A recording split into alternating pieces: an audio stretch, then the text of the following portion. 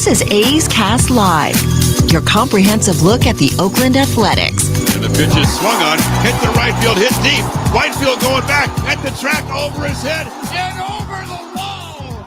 Do you believe that? And 29 other MLB clubs. Ramirez with a drive to deep right, away back, goal! Go Hayes gets a bomb out there by the Rocks. And boy, oh boy, this third inning is now showtime. It is a Judgian blast. All rise. Here comes the judge. Join us as we take you inside the baseball universe, from humidors to spin rates to game-changing moments. We have you covered. Spend your afternoon with us next from the town, only on A's Cast Live. Here's Chris Townsend. Good afternoon, everybody, and welcome to another edition of A's Cast Live. It's going to be a great show. I know it's Thursday, and you might be like, what are these guys doing? Well, tomorrow is a holiday, and for some reason, some people feel that they shouldn't have to work on holidays and said, I'm not working on a Friday. That's the Oakland A's organization. They told us to take the day off. I wasn't told I had to take the day off, but if we're going to go Thursday, we're going to go Thursday. And so we're here today. And you'll be able to watch this on Twitter and YouTube, and we'll replay it tomorrow on A's Cast. Is that correct? Correct, and today also. So we are here and ready to rock. Have a great show for you. We have our boots on the ground down in the Arizona Fall League. I got to tell you, had a wonderful night last night at the San Jose Hall of Fame induction. Really big deal at the Shark Tank. I mean, crowded. It was kind of like a who's who in sports. The great Doug Cosby, for some of you who remember football back in the day, was a tight end for the Dallas Cowboys for 10 years under Tom Landry, played with Roger Staubach, Tony Dorsett, Ed Too Tall Jones, Randy White, all the great Cowboy teams, Hall of Famers, was a Santa Clara Bronco, went to Sarah High School. He was inducted. My old head coach at San Jose State, Sam Ferraro, now in his sixth Hall of Fame. And congratulations to Coach. It was a wonderful night. We recently had him on the program. We have a lot of San Jose State graduates who listen to this show. Obviously, everybody really around the A's knows my old head coach as just our little baseball world. Good friends also with the great Ken Korak. And it was great to be there last night to watch my head coach get inducted. And just to see all the people coming up to me, want to talk A's baseball. And one of them is Mark O'Brien, a former teammate of mine at San Jose State, used to be the head coach. Santa Clara Baseball, was a coach for multiple World Series teams at Stanford, also was a coach at San Jose State, now an agent. Guess who he represents? Denzel Clark. Denzel Clark. So he was like, Townie, you got to do me a favor, get Denzel Clark on the program. So Denzel Clark, soon as Arizona Fall League is over, is it this week? Are they going into playoffs? I think the playoffs or the championships this weekend. I'm pretty sure. I think it's Sunday. They're done next week. Yeah. So Denzel Clark, who is no question a big part of the future of this ball club, and my old teammate, now turned super agent, Mark O'Brien, says, I would stake my career on this kid, how good he is going to be for you guys. So we will have Denzel Clark on next week, but right field Will. I was calling him Wheel. Right field Will, beloved A's fan, is down in the Valley of the Sun. He will be joining us via video right here from the Arizona Fall League. He's actually back now. He came back yesterday. He'll be joining us from his house here in the East Bay. But can we act like it's there? Can you text him, say, act like you're in Arizona? Sure. By the way, Denzel Clark, the 10th best A's prospect in the system, according to MLB.com. He can be like, I am at the Radisson here, and who's going to, I'm at Embassy Suites here in Tempe. Is anybody going to call us on that? Is anybody going to fact check where right field Will is? Probably not, unless it's some of his close friends watching. You're not there. The only person that just threw us under the bus was you. Well, hopefully by then, new audience by 1:30. Unbelievable. Kiley McDaniel from ESPN has put out and you don't have to print it out. Don't worry, I did the heavy lifting. How many pages? 21 pages. Even down to the others. It's the top 50 free agents, and we can get into the others, like other pitchers, Johnny Cueto, Kyle Gibson, Craig Kimbrell, Michael Wacha, Jake Odorizzi he has on here, who was just traded. Yeah, so this article was out before he got traded for Colby Allard, who was once a Brave, now traded for him. A lot of people don't understand the move for the Braves, unless they're trying to shed money. Zach Greinke is on this list. So I have, and I have put down the gauntlet here on A's Cast. No more sending me top list about free agents. We have literally haven't even entered free agency, have we? Today's the first official day. Today is the first day. No one has signed yet, by the way. I already have a top 20 and a top 50 list. Do I need any more? Could there possibly be anybody who is not covered on any of these lists in Major League Baseball? No, the only part, unless they don't have Verlander listed since he opted out today. I can write him in. I do not Evan Longoria got his option declined by the Giants. I'm trying to save trees, for God's sakes. I do not need another top whatever free. We're good. We'll be doing our Dave Letterman for our older crew. You might remember Dave Letterman. He was a late night talk show host, comedian, had one of the most popular shows of all time. He used to do a top 10 list. We'll be doing a top 10 list today. Top 10 questions about the MLB offseason. I thought about this last night. I know you're a butterfly who does not want to be contacted after work hours, so I did not contact you. We need to get a crystal ball. We need to have a crystal ball on set, so when we make predictions and we look into the crystal ball, maybe put like an A sticker on it. Maybe last dive bar. Last dive. We plenty of last dive bar stickers put on there. So we need to get a crystal ball because we're going to be talking about a lot of crystal ball stuff as David Forst, our general manager down at the GM meetings, has talked about what could be happening with the Oakland Athletics. They're not expensive on Amazon. I just looked. They're anywhere between $10 and $40. There's a $9 one. I mean, sounds like an Oakland A crystal ball already. $9.80. Expensive.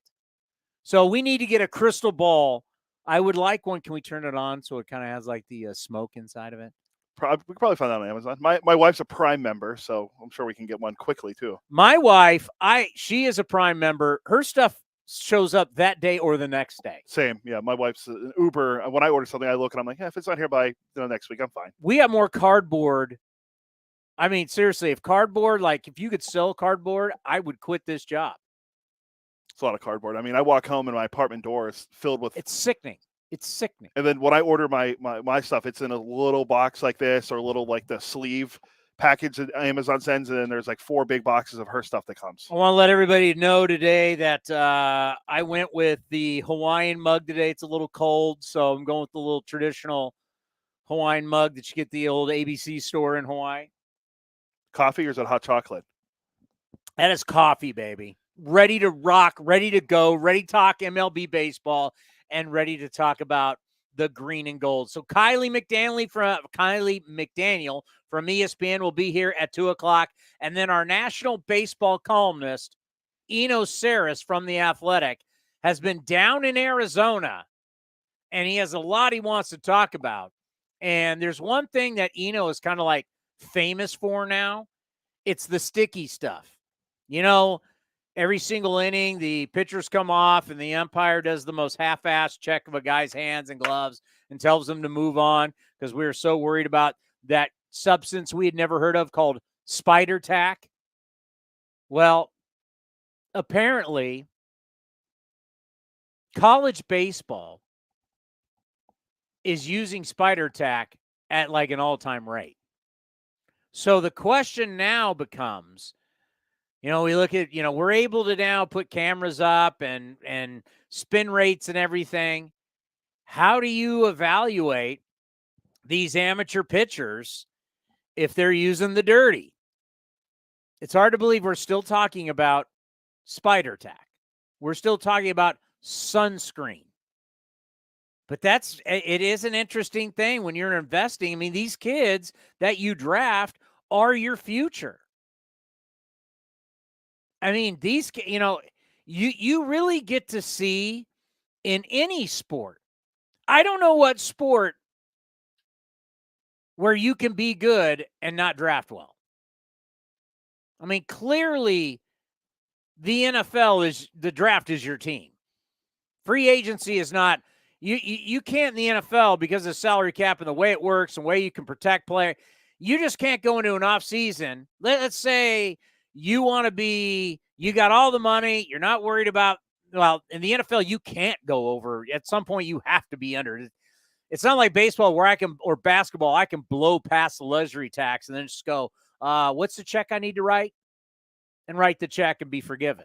You can't do that in the NFL. The NFL, you have to be under. You have to be under the salary cap. So your draft, you have to draft well. And your draft guys are going to be your starters. They're going to be your backups. They're going to be your special teams guys. I mean, in the NBA, that's where you get your star. I mean, yeah, if you can somehow be one of the teams that lands a LeBron James, but normally star guys that you're getting are later in their career. Great. I get an old Charles Barkley. I mean, it's just like, and, you can have some craziness the way Kevin Durant moves around and guys that came out of high school, but those guys aren't there anymore, even though Durant came out of Texas. But, getting free agents, you can't build your team just off that. Yeah, you might be able to go Miami Heat style, but that's one team. There's all the other teams. You have to be able to draft well. Baseball, you have to be able to draft well. Hockey's the same way. I remember Fred Clare. Do you remember Fred Clare? You're probably too young. It's Dodgers, though, right? The old Dodger executive, when they were getting Darryl Strawberry from the New York Mets, and they're taking Straw, man. I want to say Straw was getting like $4 million a year or something like that, which was a big deal. And the Dodgers were known for their system, Dodger Town, the Dodger way, all the rookies of the year and all that they'd had for all those years.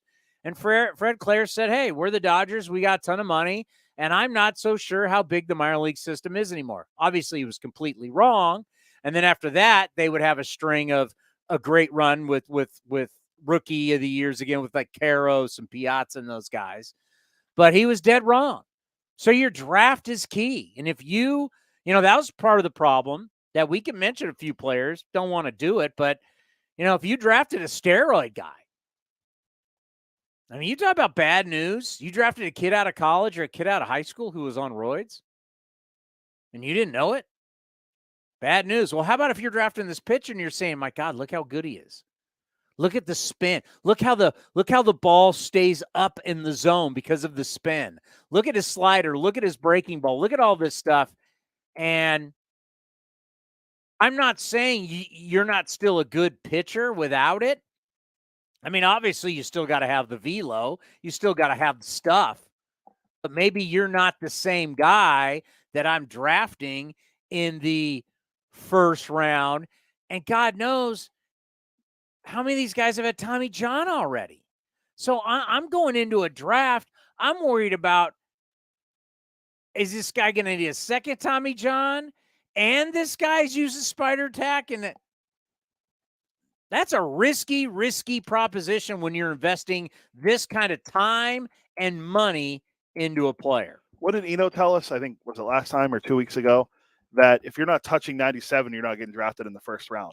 So now we're looking at college kids or high school kids, but more so college kids. If they throw 97, they might be using spider tack for spin.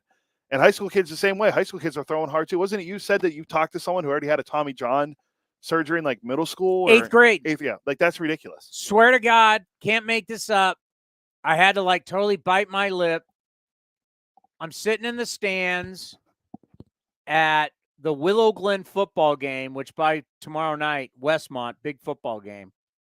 Willow Glen go in the playoffs? Yeah, in the playoffs. Oh. You said it wasn't going to happen. Yeah. Willow Glen's in the playoffs. My kids will be cheering. I'll be in Reno. You're not going to be here for the game? No. Now, if they were playing in the game. Difference. Is that next weekend the playoff game is? Friday night. Tomorrow night? Friday night on the lights, yeah. So that's the playoff game tomorrow night? Yeah. Oh, wow. Yeah. I won't be here. Oh, well, there you go. Yeah. I'll be in a casino like any other good red-blooded American. I'll be celebrating my first wedding anniversary. I'm going to be smoking cigarettes and playing slots. $5 nickel slots, smoking cigarettes all night long. That's what I'm going to do in the biggest little city in the world. So I'm in the stands, and this parent starts telling me, and they wanted my opinion, and that's when it's like, oh, God, why is this happening to me? Can I just watch the football game and freeze my butt off? This kid has had Tommy John surgery in the 8th grade, and they're now holding him back in school. I was like, what? You're holding him back in school because of baseball, and he's had Tommy John surgery in the 8th grade? Oh, yeah, it's going to get next year high school, blah, blah, blah, blah, blah. I'm just like, oh, my God. Oh, my God. I didn't know what to say. I didn't want to give an opinion. You've had a Tommy John in 8th grade?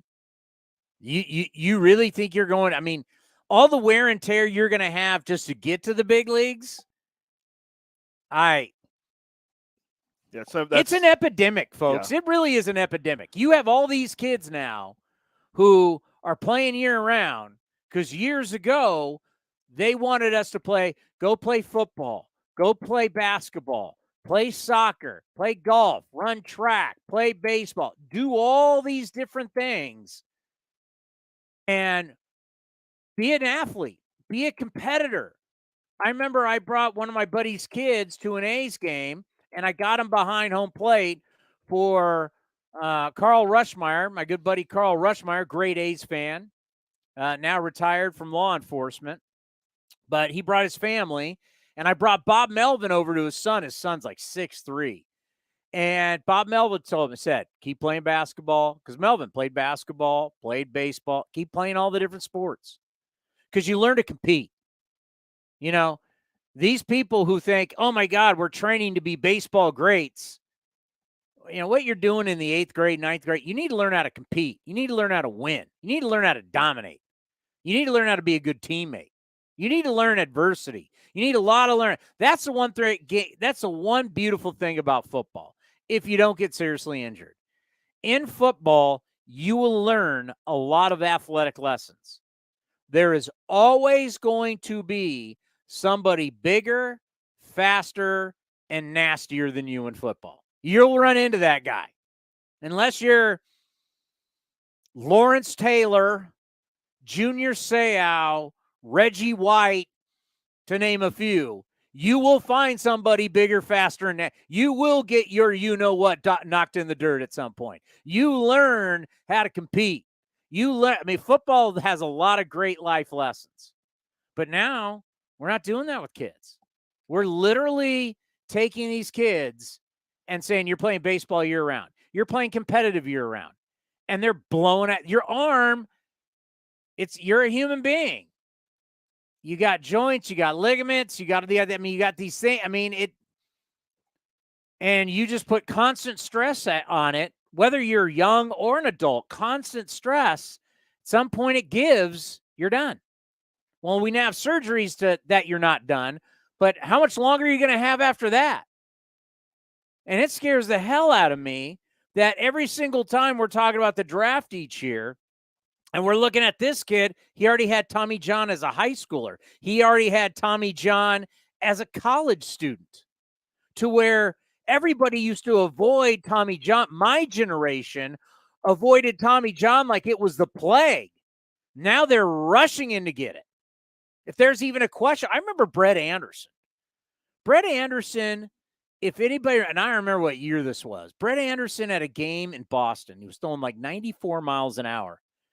And then was like, it doesn't feel right. And they went in, and I can't remember what MRI or whatever it was, but it was like immediately Tommy John surgery.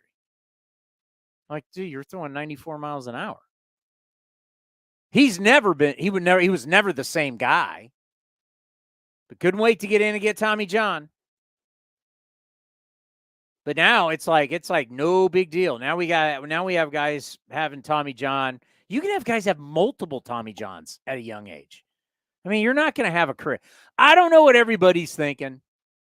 I don't know how you think this is going to be good for your career long term or good for your child to be having major surgeries like this, but it's scary. It really is scary. And throw on top now, Eno's going to tell us that everybody's using spider tack and still cheating at the lower levels. And I haven't watched the college baseball. I can call San Jose State's head coach and ask, are they checking for, I don't know if NCAA umpires are checking for it. I went to a few Stanford games this year. I'm trying to remember if they did or not. I think they did check for, I'm not certain though. I don't, maybe I wasn't paying attention enough. But you're so used to seeing it now, you're probably not even looking for it. Yeah, I remember when they first started doing it in the minor leagues, and we saw it at the San Jose Giants when they were playing. I remember seeing it the first time when they played Stockton. It happened, and then they do it all the time. But yeah, I'm trying to remember. I can't remember if I watched it in college or not. Oh, the other thing we'll get into today is for you anti-robo ump people. I got something for you. I don't know if this will satisfy you. But I know there are quite a few people you are anti-robo-ump. I get it. How about this? How about a challenge system? I don't know how many challenges you're going to get. I don't know exactly how it will work. Eno's going to have this for us. But instead of robo-umps, which a lot of us, I mean, I would like to do the polling since we've been so into polling, right? With the election that just happened. I would actually like to poll baseball fans and see exactly where are we on robo-umps. Not the media. Forget the media. The media is like watching cable news. Don't have time for it. You guys are all partisan hacks. I would like to know what the people who actually are season ticket holders, people who pay to go to games, say, listen, maybe give them a small video to say this is what it really looks like. Like an umpire behind home plate, you're at a game, you got nachos, you got that big in the A's helmet nacho. Like you got that, I mean, you got to put that thing on your lap, right? You got a bunch of nachos, you got a beer going, you got an Italian sausage. Do you really give a crap who's calling balls or strikes? Your kid's sitting there going, I want cotton candy. Daddy, I want a jersey. Daddy, are you sitting there really worried about how the balls and strikes are being called? I would like to know.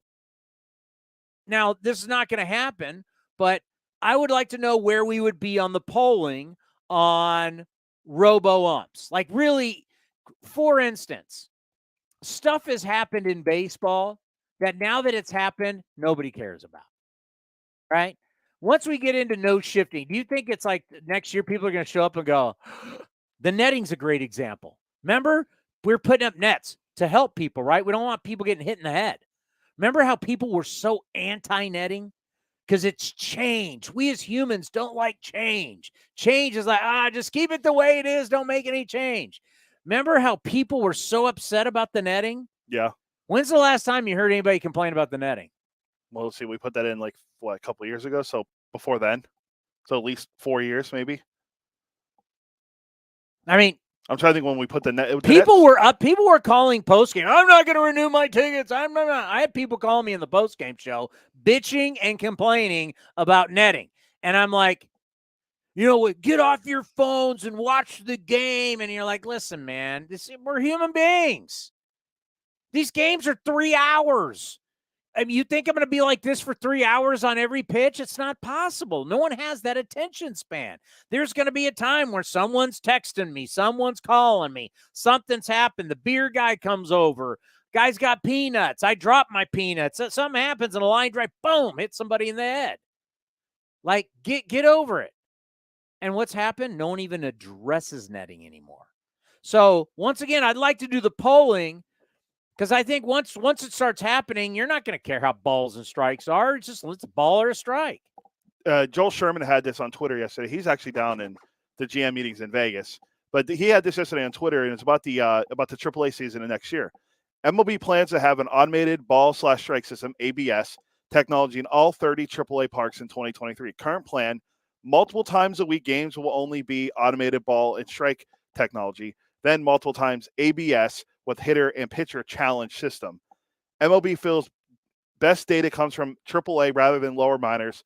So this is a strong sign that the automated ball strike system is one of these forms will be a part of MLB's earliest the 24 season, depending on how the AAA testing goes, perhaps 2025. All right. I don't care what you do at AAA. And I will say this, I don't care what the players have to say. If you've watched this show long enough, when it comes to change and it comes to making our game better and faster, more entertaining and faster, I do not care what the players have to say. I'm anti-player when it comes to what they say about change. We pay you, show up, entertain me. And right now, you're taking too long. You, the player, are the problem. That's the problem. This game's been played for over 150 years, and it just gets slower and slower and slower and slower because of the players. Because they lag. They lag. We're seeing it in the postseason. Guys taking over 30 seconds to throw a pitch. Does it really take you 30 seconds to look at your catcher, one fastball, two curve? Most time guys aren't on base, so it's one fastball, or maybe it's two slider, wiggles, change up, get the pitch. I like it. I don't like it. Let's go. It doesn't take 30 plus seconds to do that. Well, they pitch comp now, so it's even faster. Yes. I mean, seriously. He says, bang, fastball, slider. But they're still taking over 30. We are in this game, it is fact, legislating against front offices and players. That's just fact. We're putting in rules to combat front offices and players, which is fine. We got a robo-vote, by the way. One of our listeners, Pam, says, I'm a robo-vote. So, but okay, for people who are anti-robo-vote, here is the olive branch, right? Because I want everybody to be happy. In an election season, I want everybody to feel like they're winners. What if you can challenge? Because there's clearly, I mean, our boss Dallaire will tell you, who's running the television, we see the box, right? Whether the box is 100% accurate or not. I do know this. If I have the outside corners here, the outside corner is my hand. Are you with me? And the ball comes up this far outside of my hand, I'm pretty sure if you challenge it, I'm going to win that. Yeah. Right? I mean, I was watching the other day. God, who was it?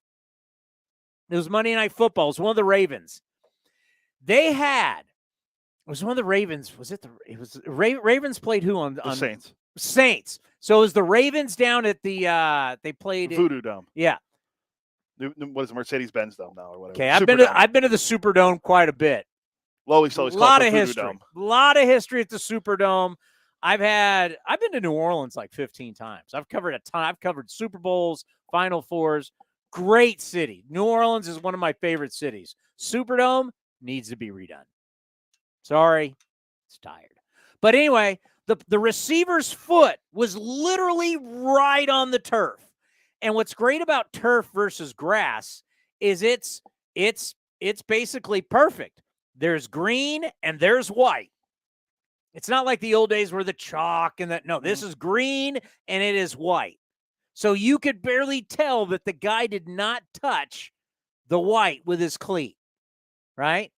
But I'm telling you, here's a remote. If this is the outside of the strike zone and the ball's out here, we're going to be able to tell ball or strike pretty easy. So I'll say this. If you're anti-robo-ump, can you meet me halfway with challenges? I don't know how many you're going to get a game, but there's some during, and as a manager, as Nick Saban was talking about, their go for two chart. Did you see that? Nick Saban was great. I did not. Oh, Monday. Are you watching the Manning cast? Yeah.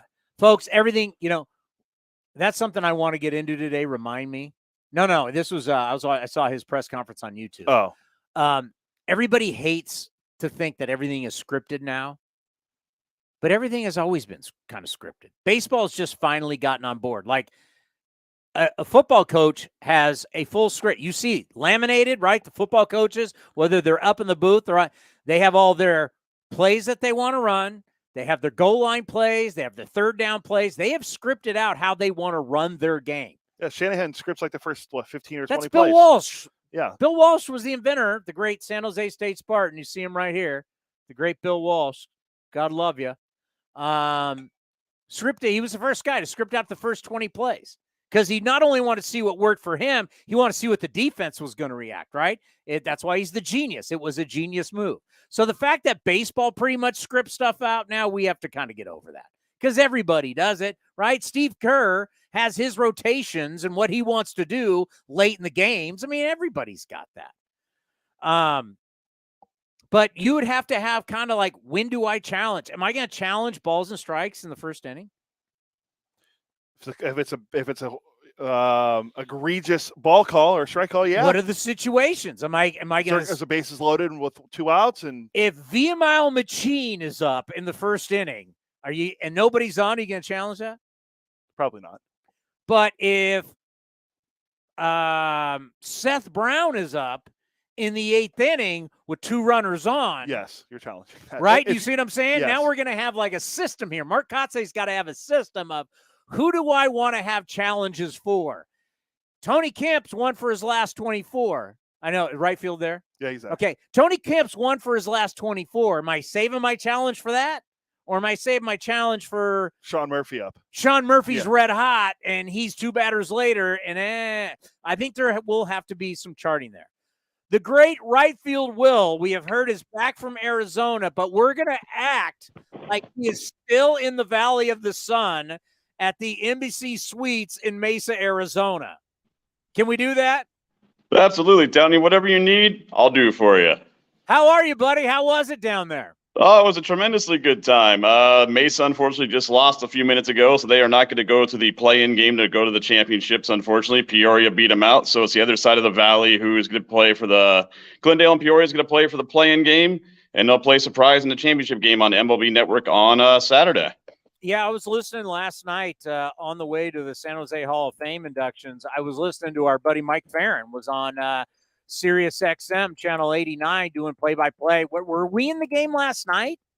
We had a game yesterday afternoon where it was raining like crazy, which is weird to have that happen in Arizona. But, yeah, we had a lead for a long time and then just absolutely blew it towards the end there. Thankfully, it wasn't an A's pitcher. It was a Yankees pitcher who just got annihilated. Some guy was pitching in the complex league for some reason, was on their roster, and he got tagged for about 7 runs.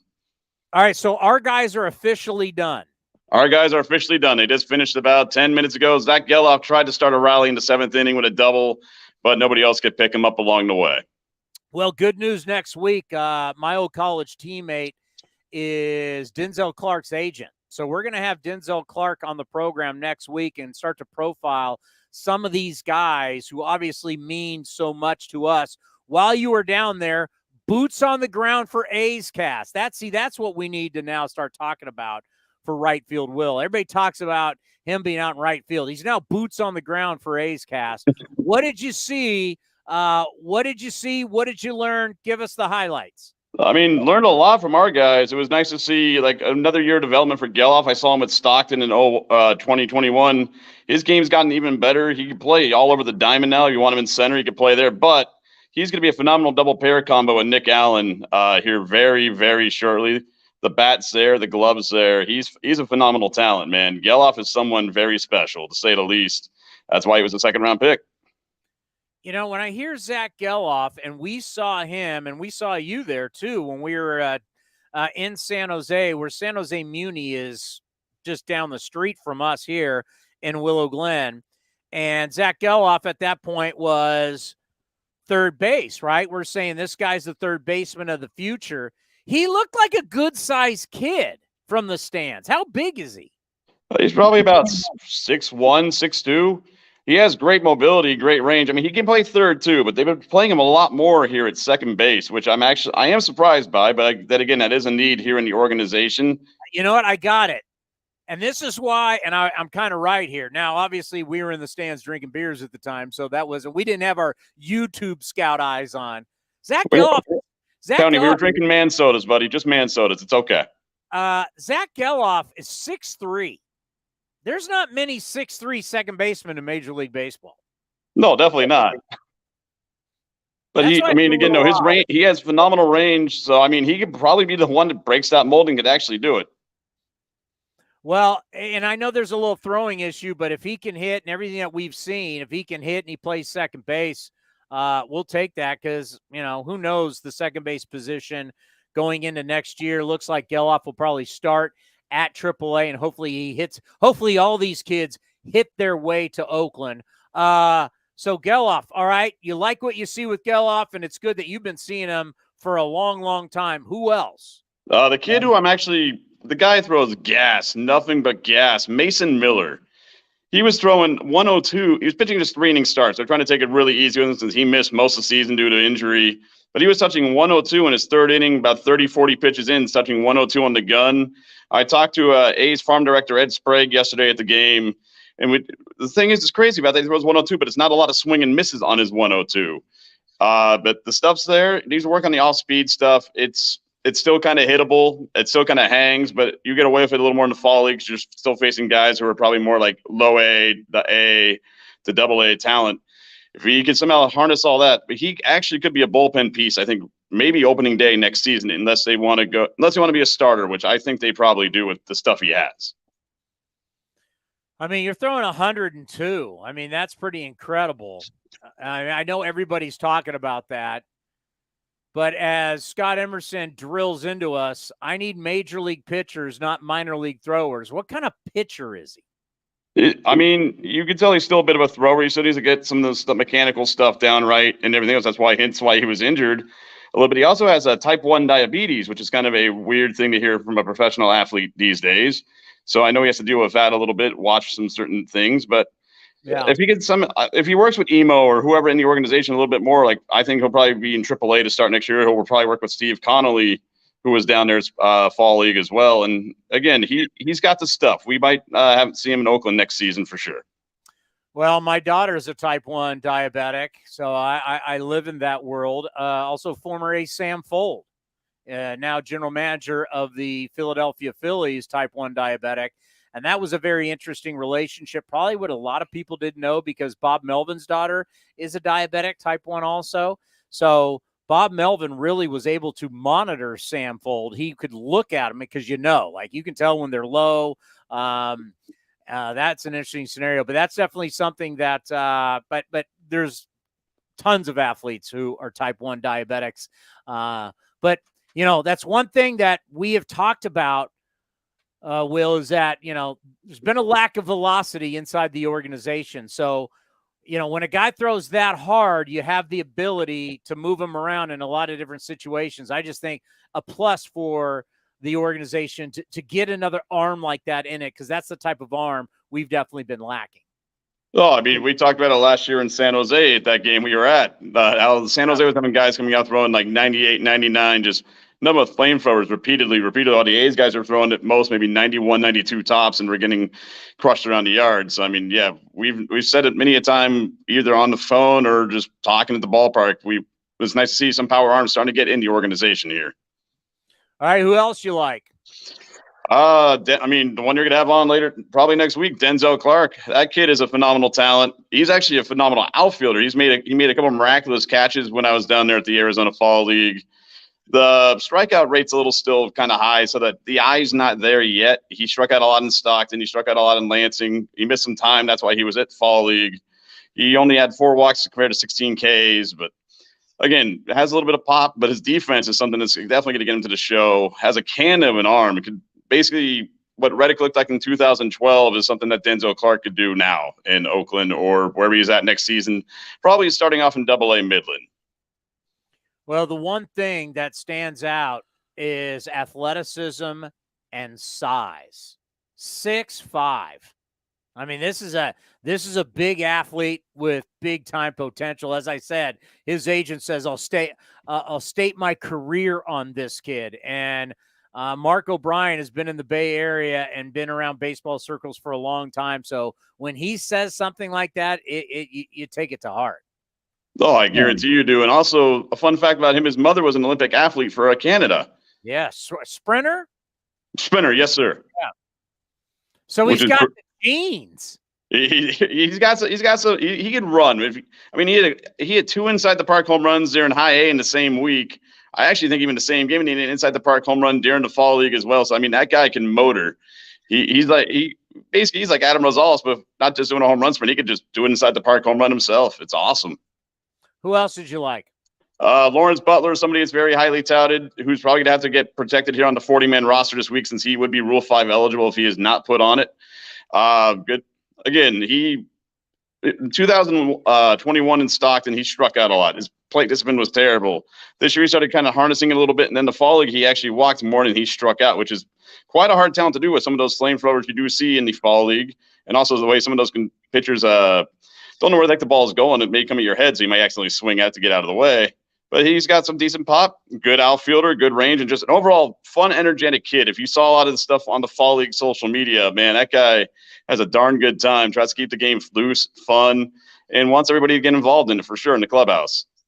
All right, so, your time being down in the minor leagues, working in it, following it, where we are now, where is your confidence in these young A's players to be able to get to Oakland and help the ball club? Some may be this coming season, 2023. Some may be 2024, 2025. But where is your confidence that there is help on the way? A lot of these kids now, like Gelof's the guy you'll see next season, I think, for sure. Mason Miller you'll see next year for sure. Like JT Ginn, he's not far away. He's one of the guys we got to believe in the Chris Bassett trade.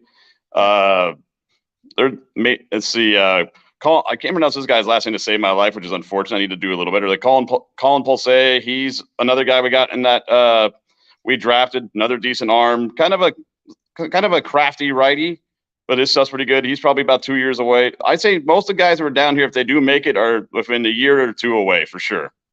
Well, Stott, starting in the World Series for the Philadelphia Phillies, was down in the Arizona Fall League last year. So you don't know. One guy who I'm bullish on, because I just look at family history and how he grew up, Soderstrom. I played against his dad, Steve, who was an All-American at Fresno, and he got a cup of coffee with the San Francisco Giants. And then what they have there in the Valley in the baseball school that Tyler's been growing up playing with kids far above his age. He is one of these kind of like prodigy kids who is – I think we see him next year. I want to see him next year. I do not care what his driver's license says. I don't care how old he is. Look at all these other organizations. They're bringing up 20 and 21. They're bringing up 20 and 21, and these kids are coming up balling. I think Tyler Soderstrom can be one of those kids. I want my own J-Rod. That's who I want.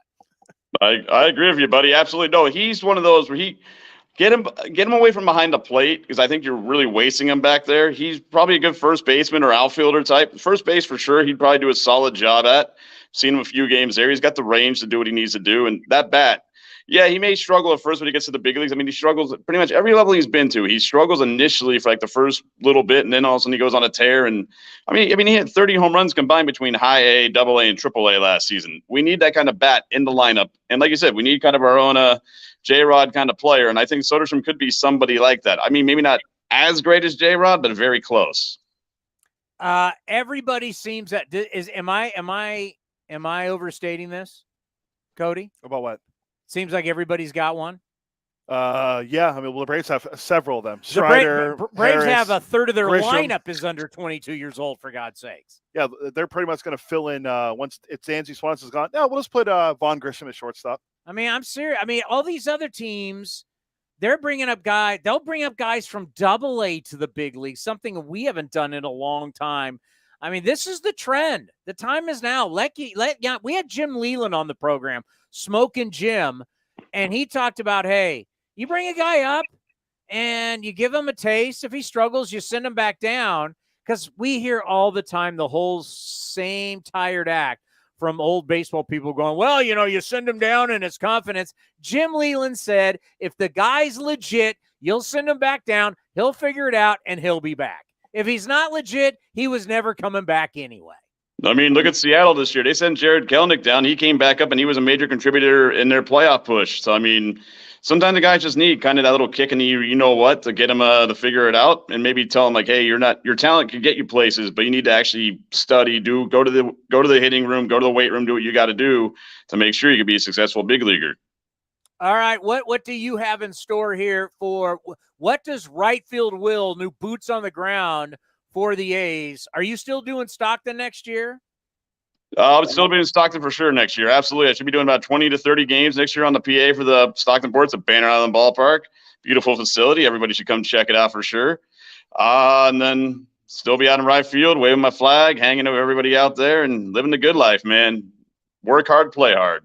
What are the plans in the off season, the holiday plans? Right now, I mean, heck, I'm going to go to a San Jose Barracuda hockey game tonight. Hey, go check that out too. Tech CU Arena, beautiful new facility for the San Jose Barracuda.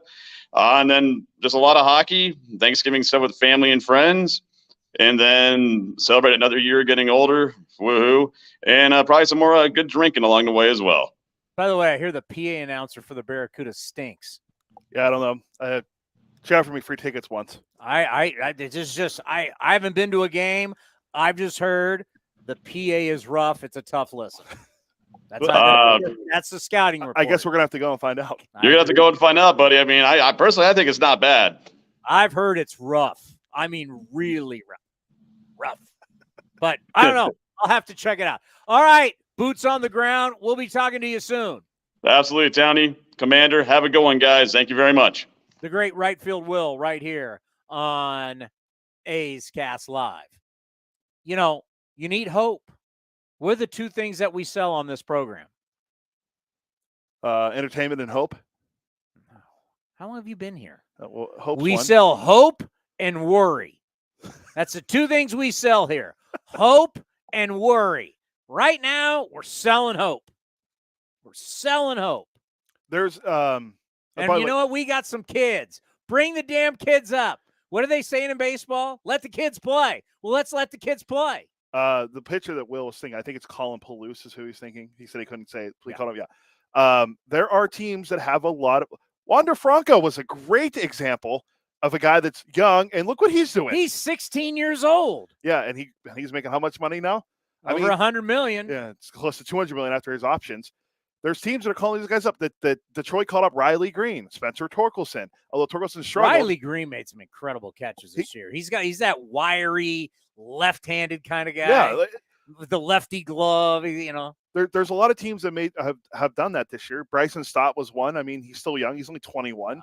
He was in the World Series. Yeah, guy was in the Fall League and then in the World Series. Oh, that Jeremy Pena kid's pretty good. I don't think he's going to work. I know he's 25. That's I told you. I said it on this show. The biggest problem they're going to have, it will be the downfall of the Astros. Carlos Correa leaving will ruin that team. And whoever this Jeremy Pena kid will not be able to. Scott Boras agrees with me. The Astros are not as good without Carlos Correa. Pena will struggle. Oh, I sent that thing to you yesterday. Where's my phone at? Oh, it's so disgusting. Let me find it real quick. But what Dior and Louis Vuitton or whatever. Yeah, hold on. Let me get the exact quote. I don't want to misquote our good friend and friend of the program, Scott Boras. Boras yesterday said there are a lot of that's the Pixar one.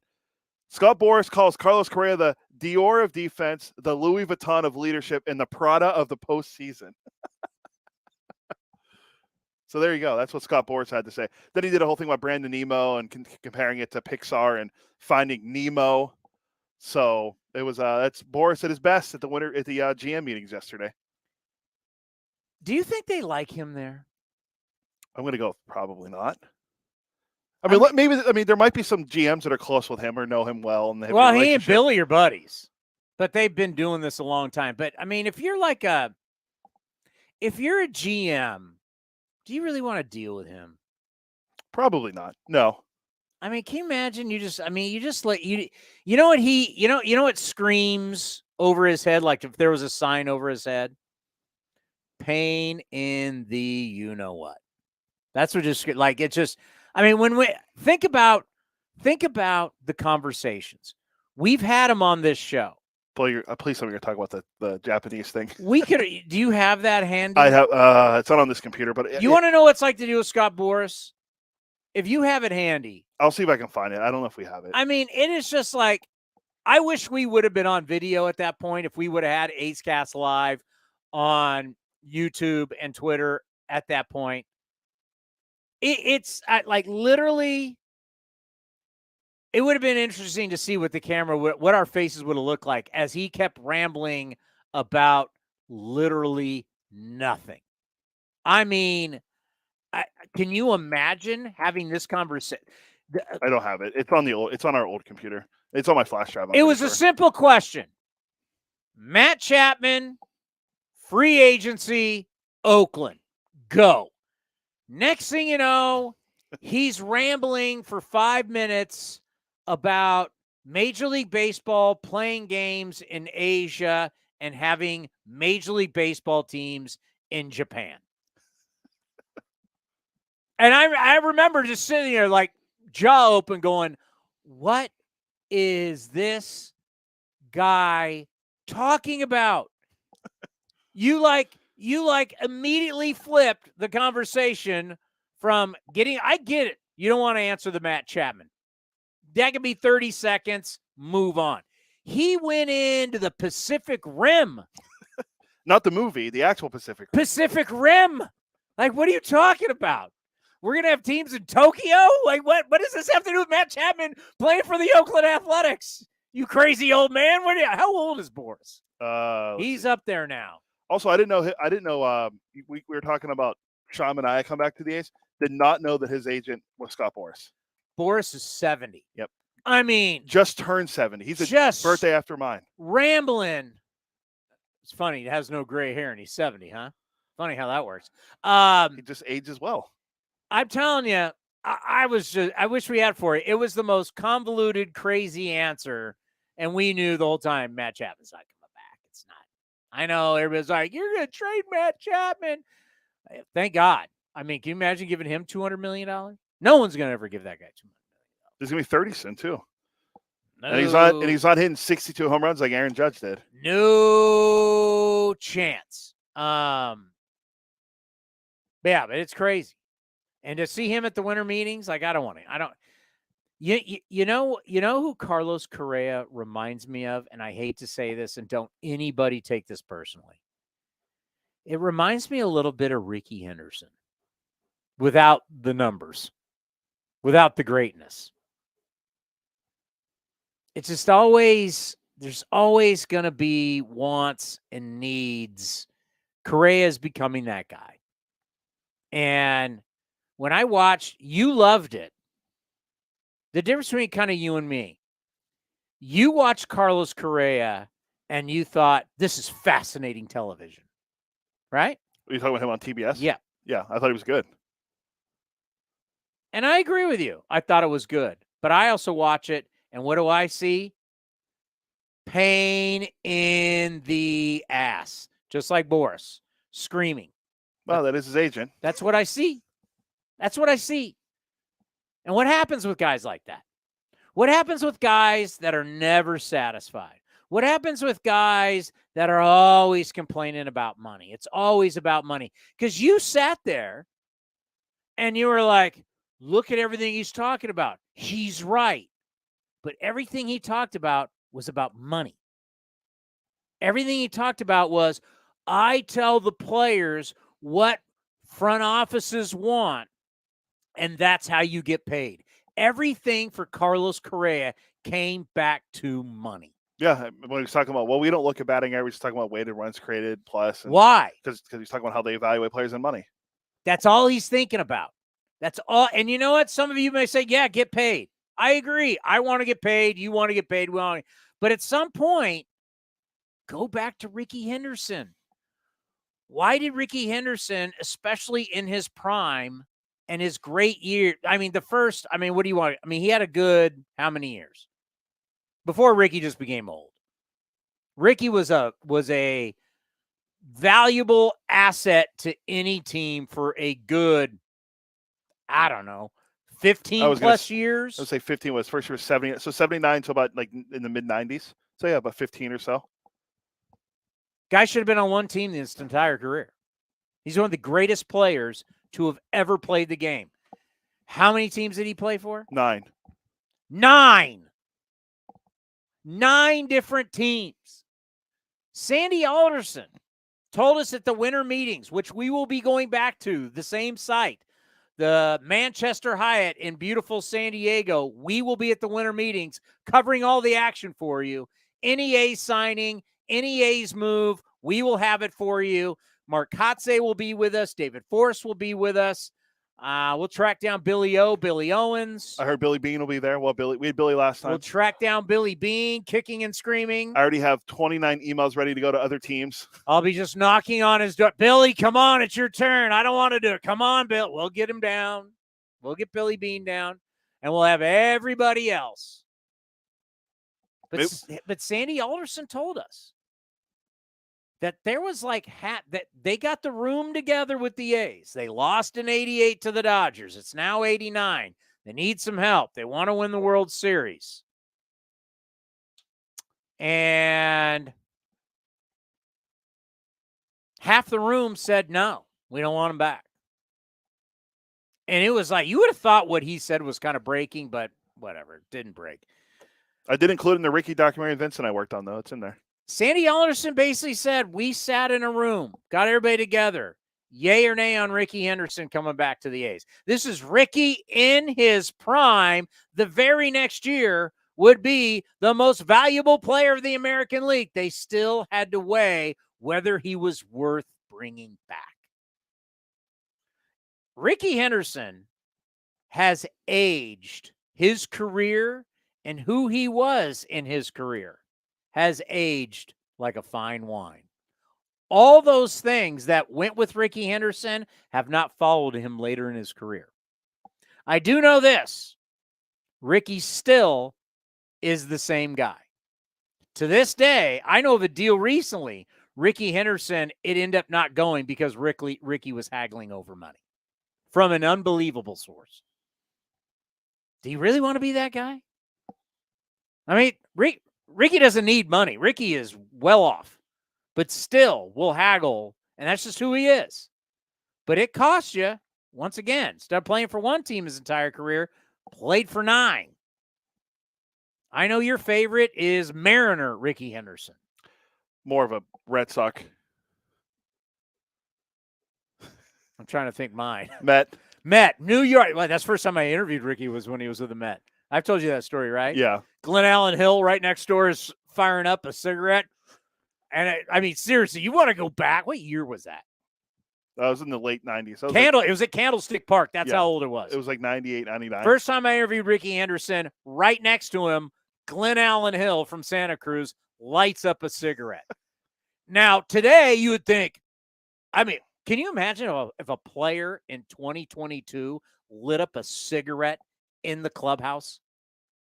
No, I can't. What? I call Steve Vucinich. What would happen if a player lit up a cigarette? I know what you're talking about. In Moneyball, Vuce is smoking cigars around the clubhouse. That was 20 years. That was over 20 years. That was actually 20 years ago. And the movie was 10 years ago. What would happen now if I walked in? What happened if I walk in, middle of the clubhouse, and just light up? I mean, Glenn Allen Hill, we're doing an interview, and he sat there and listened to the interview and just smoked a cigarette. That's how the culture was of Major League Baseball back in the day. There's still one of the greatest Super Bowl pictures of all time. Is what was the year the Chiefs won the Super Bowl? Was that Super Bowl 3? Against Super Bowl 3 was Raiders Packers. It was when the Lenny Dawson and the Chiefs beat the Green Bay Packers. Super Bowl 4? Super Bowl 4. It's one of the greatest pictures of all time. You can find it online. On a steel fold-out chair at halftime, Hall of Fame quarterback Lenny Dawson is smoking a cigarette and drinking a Fresca. It's one of the greatest photos in the history of professional sports. Halftime right now guys are getting IVs, painkillers, doing everything they can to play. Lenny Dawson is smoking a cigarette and drinking a cola, a Fresca cola at halftime of the Super Bowl. My, oh my, have things changed. Yeah, that was about 50 years ago. But late 90s, I'm interviewing Ricky Henderson, and Glenn Allen Hill's just puffing away at a cigarette. But that, once again, we'll get into that. Carlos Correa. That's who he kind of reminds me of. You now know everything's about money. Everything. I'm going to give you a warning about Carlos Correa. And I think you're going to agree with me. And Justin Verlander, all coming up next, right here on A's Cast Live. Oakland Athletics spring training is right around the corner, and you can be part of the excitement. Get your tickets now and plan ahead for a fun-filled trip to Mesa, Arizona this spring. Pack the sunscreen, bring your friends, pick up some ballpark classics, and watch your green and gold get ready for the regular season. Get your tickets today to see the Athletics take on the Giants, Padres, Cubs, Dodgers, and more. Tickets are on sale now at athletics.com/spring. That's athletics.com/spring. The Coliseum has gone by many names, but none better than the Last Dive Bar. Hi, everyone. Ken Korak here, and my friends at Last Dive Bar are helping us celebrate our longtime home. Last Dive Bar has the most unique merchandise for all Oakland baseball fans. T-shirts, sweatshirts, the Ray Fosse line, and my personal favorite, the lights have taken full effect. Visit their website at lastdivebar.com or follow them on social media at Last Dive Bar. All proceeds are invested back into the A's Community Fund and their affiliated charities. Go to lastdivebar.com. That's lastdivebar.com. A's Cast Live continues from the town. Here's Chris Townsend. You know what? I got out over my skis on that one. I got a little excited about ripping an Astro. And my apologies. More importantly, in my hand. And this is all you're going to need. How much for Aaron Judge? Rankings, contract projections for the top 50 MLB free agents. Kiley McDaniel from ESPN. This is your guide to free agency. I have printed it out. It's 21 pages. You also have all the notables. Kiley, we're covered. I don't need anybody else, right? I haven't seen it in paper before, but I trust that that's what that is. That's what this is. I got it. I knew you're coming on today. I told Cody, I said, you know what? Everybody's going to come out with their version. I'm thinking I'm covered all in San Diego. I will be using this at the winter meetings. You'll run up to David Force and be like, hold on, there's 3 other names here in the outfield list that I like a little better than that guy. What were you thinking? Yeah, I'll just update it. It's like wherever Dansby Swanson goes, I'll like put where he either re-sign, where he go, and I'll be like, hey, David, my source, I'll go, my source. My source tells me there's guys still available. What the hell's going on? Yeah, that's what I would suggest everyone do. So you're setting a good example for everyone else out there. All right. I mean, I'm already over the Aaron Judge, but I know that's going to play out until he signs. And it kind of reminds me of when we were at the winter meetings last, because it was the last one. We were also down in San Diego when the big free agent was Garrett Cole. Our set, and I'm assuming will be very similar, our set was right next to the Yes Network. And when it was official that Garrett Cole signed with the Yankees, you would have thought that we cured cancer with all of the hoopla that was around the Yes Network and the craziness. But I have a feeling that's where we're heading again. I don't know when it's going to happen. I don't know what it's going to be for. But if it's at the winter meetings, whoever is the winner of the Aaron Judge sweepstakes, boy, that is going to be the news. Well, that's actually, I don't know, I'm curious what you guys think about this, because I've been asking around. I know a lot of agents and writers on our staff at ESPN, and people in front offices have been asking me, like, who's going to sign first? Like, we all have our thoughts. They're all generally similar on who's going to get what and how many years and how much money and what teams are interested and all that kind of stuff. Like, you know, we might be right, we might be wrong, but everyone's got like similar notes on that. But who's like first out of the gates? Who's the Seager and Simeon of this year? Who are the Rangers of this year? Is Steve Cohen just going to spend like a drunken sailor and sign 7 guys before anybody else does anything? Like, that seems to be like the big question right now, because you could argue that the Aaron Judge like sweepstakes, which is obviously like sort of the big like headline here, it could be 3 or 4 teams for a couple of months throwing back numbers. And then, you know, maybe Nemo has to sign first to like take out the other outfield option, and maybe even Benintendi and some of these other guys, so that some teams that have 3 options are now down to 1 option, and it's Judge. And so he might want to wait. I think Carlos Correa would like to be able to set some precedent. So I think he'll probably wait. But I'm kind of curious if you guys have any feelings, because I'll have my guesses, and I put some in the all the paper you printed out there. If somebody's going to come off the board more quickly than some of these other guys. Well, I'll tell you this from out where we are, it's very obvious that the San Francisco Giants are very insecure, because what has happened with the Giants is they did not get a bump off that 107 win season, right? They've lost season ticket holders. This year was a dud after that year. You've had the Padres pass them. Dodgers still own them.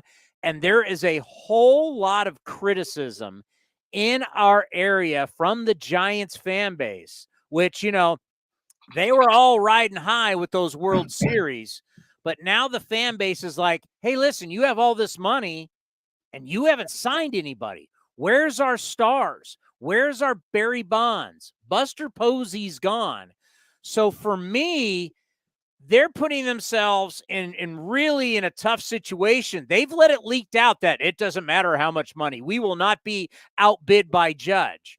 Well, if Judge signs with the Yankees, Monument Park, want to live there forever next to Babe Ruth, Derek Jeter, and those guys, the Giants are on record saying they're not going to be outspent. Their fan base is going to be like, okay, you didn't get Judge, who'd you go get? And now they're going to almost maybe be forced to go spend a lot of money on a player maybe they don't love. So for me, I think the San Francisco Giants are a team, from what they've been leaking out, that they're insecure about being called cheap. I think they got to make moves, and they got to make moves fast, because they're they're an organization that is always very, very worried about the temperature of their fan base and how the fan base looks at them. Now, do you think that messaging could be, we don't want to spend $300 million on anybody, but we want the messaging out there that we're not afraid of that, even though we're not going to do it. Our ceiling on Judge is, let's say, 280, some number that's not going to get it done. And what we really want to do, if you look at these sort of Anthony DeSclafani and Gaussman and Rodon and Alex Wood and Alex Cobb and all these guys they've signed, I think if they're going to spend money, they'd rather get, 2 guys at 80 million and then like 3 guys at 40 million. Like, it kind of makes me wonder, are they just going to ramp up what they've been doing a notch or two, but not go up to that $300 million thing? Or do they just realize what they're doing? Because I've gone on San Francisco radio to talk about this. When I ranked like who has the best core for the next 3 years, they were in the bottom 5. Like, it's like Logan Webb and maybe Joey Bart, depending on what you feel about him, and some guys that are in A-ball is like pretty much all they got. It's all a bunch of veterans and guys whose contracts are expiring and things like that. So this isn't an overnight fix job, but you can fix next year's team and probably the next couple of years of the team if you sign 3 or 4 players. Aaron Judge doesn't fix that on his own, and I don't think they're going to spend $600 million and just go sign the 3 best free agents. So I kind of wonder in what direction is that rhetoric going to lean. I would tend to think it's, let's keep it under 150 guaranteed to any one player, but let's get 2 or 3 guys at that 50 to 150 level, and then go down to the bargain shopping we've done in the past. And then, let's see how we go from there. Like, it's hard to believe that they would just do an about face this quickly into like having success one year and then having things not go well one year. Let's just change what we're doing. Like, that seems drastic to me, but you could support it. It would make sense. I think there's two different factions. I think there's Farhan, who wants to run it one way, and then there's Larry Bear, who runs the ship. He needs a star. So I think probably like the way Sabian ran things, which would be a Dave Dombrowski version, or let's go sign the best guy, or I think they'll do it in a similar way. I think there's going to be a little, but what they open themselves up to, if Judge re-signs with the Yankees, they can come out and how do you fact check it and say, we offered him the most money, he just turned us down. You think in multiple sports, I think there are teams that want to be perceived, whether it's true or not, to finish second in a certain derby. There were some people that thought that the Braves didn't want to sign Freddie Freeman, and they just wanted to make it seem like they didn't push him out the door. They wanted to be close. They didn't want to offend anybody. They didn't want the fans to get mad, but they wanted to trade for Matt Olson and let Freddie go. And, that may or may not be the case, but I think we all know examples where, like, 5 minutes after a guy signs, it's like, oh, this team was 10% below it. They were in the mix. They just couldn't quite do it. It's like, you could if you wanted to. I kind of wonder if that's going to be the Giants on Judge. So I just looking around at teams, I think LA ended with a really sour note. It was a really sour note. And they've got a lot of question marks. I think they would like to put a good taste in their fan base's mouth. San Diego, I don't know what kind of wiggle room they have right now. They've spent a lot. And my God, I was looking the other day. They're paying Hosmer, what, $43 million to play for the Boston Red Sox? Who are the Boston Red Sox anymore? We call them. When you were talking about Farhan, like I think both he and Chaim Bloom want to run things a certain way, and I don't know if the powers that be in both places will let them do it that way, or if they're going to put their finger on the scale in the way that, like, the boss used to when Cashman was in charge and he was around with the Yankees, where it was like, yeah, do what you want to do, but sign Rafael Soriano to a 4-year deal. And then eventually Cashman started letting people know, I didn't want to sign this guy, but like, here he is. Congratulations. And that's when you knew like Cashman was getting some juice there to eventually be the guy making all the calls. Cause it was like, can you like sit there and tell everyone the owner made me do this while the player's sitting there? But like, he kind of did that. We like to call them the Boston Rays because that's how they're run, right? They're not, and there was a great article about Dave Dombrowski, who's still pissed. And there's a lot of people in baseball who still do not like the way that Dave was done by the Boston Red Sox. Okay, so he wins you World Series. You then usher him out. Now you bring in the wonder kid, Chaim Bloom. Chaim Bloom's won nothing. And here you are a few years later, kind of the same way in San Francisco. Brian Sabean was here a long, long time. I mean, he was the second longest tenured guy just behind Bean and Cashman. You ushered him out. Farhan's won nothing. So all of a sudden you want to go with the smarter, younger guy who's going to be able to wonder boy, but you haven't won anything. I mean, how long is this leash for? And I got family members who are Red Sox season ticket holders. I mean, you're paying the most money. You're paying big prices. I mean, how long do you want to be run like the Rays if you're the Boston Red Sox when you've now gotten used to winning World Series? Well, and I think the aim was to copy what his former colleague Andrew Friedman did in LA, which is take what the Rays do, have that efficiency, and then apply it to a big market with a bunch of money. And I think people kind of forget that Friedman did it, but it took a couple of years. They had to like take on a bunch of bad contracts. They had to try to, sort of try in vain to be a really good team. And then like 2 or 3 years later, they figured it out. And I mean, Steve Cohen said like, oh yeah, the Dodgers are a model franchise. I think everyone's trying to copy that. And they think plucking executives from the Rays tree is the best way to do it, which is probably right. Not knowing the future. Like, yeah, why don't you go to guys that have worked with the guy that's done the thing that you're trying to copy? But if I'm trying to implement like sort of a process oriented, we're going to win the efficiency Olympics, et cetera, I'd rather be in Pittsburgh or Milwaukee or Oakland or some places where there's not going to be 14 beat writers yelling at you at the start of every homestand about like how you're not winning enough, because that matters. And not to like pivot this to another sport, but the owners of the Red Sox also own Liverpool over in the English Premier League, and the exact same stuff is happening over there, where they had a great run, turned the team around, won a bunch of stuff that they hadn't won in a while, again, broadly similar to the Theo Epstein Red Sox. And now all the teams owned by essentially Middle Eastern oil money are spending like drunken sailors against Steve Cohen, some of the same stuff going on. And Liverpool's trying to be very prudent, and we have a budget and we got to stick to it and we have a process. And so when they lose, because they have like one or two players that are, have left or have gotten older, they haven't replaced them, all the fans are like, wait, I thought we were as good as those teams. They're like, no, we were as good as them for a couple of years. That's about the best we can do. And now the rumor is that they're looking to sell the team in Liverpool so they can buy an NFL team. But that's, the same kind of thinking is in charge of both teams, and the fan bases are experiencing the same sort of, I don't want to say outrage, but frustration. But you also, like, unless you're in college football, you can't just win every year. Like, these pro sports are set up to have some parity built in.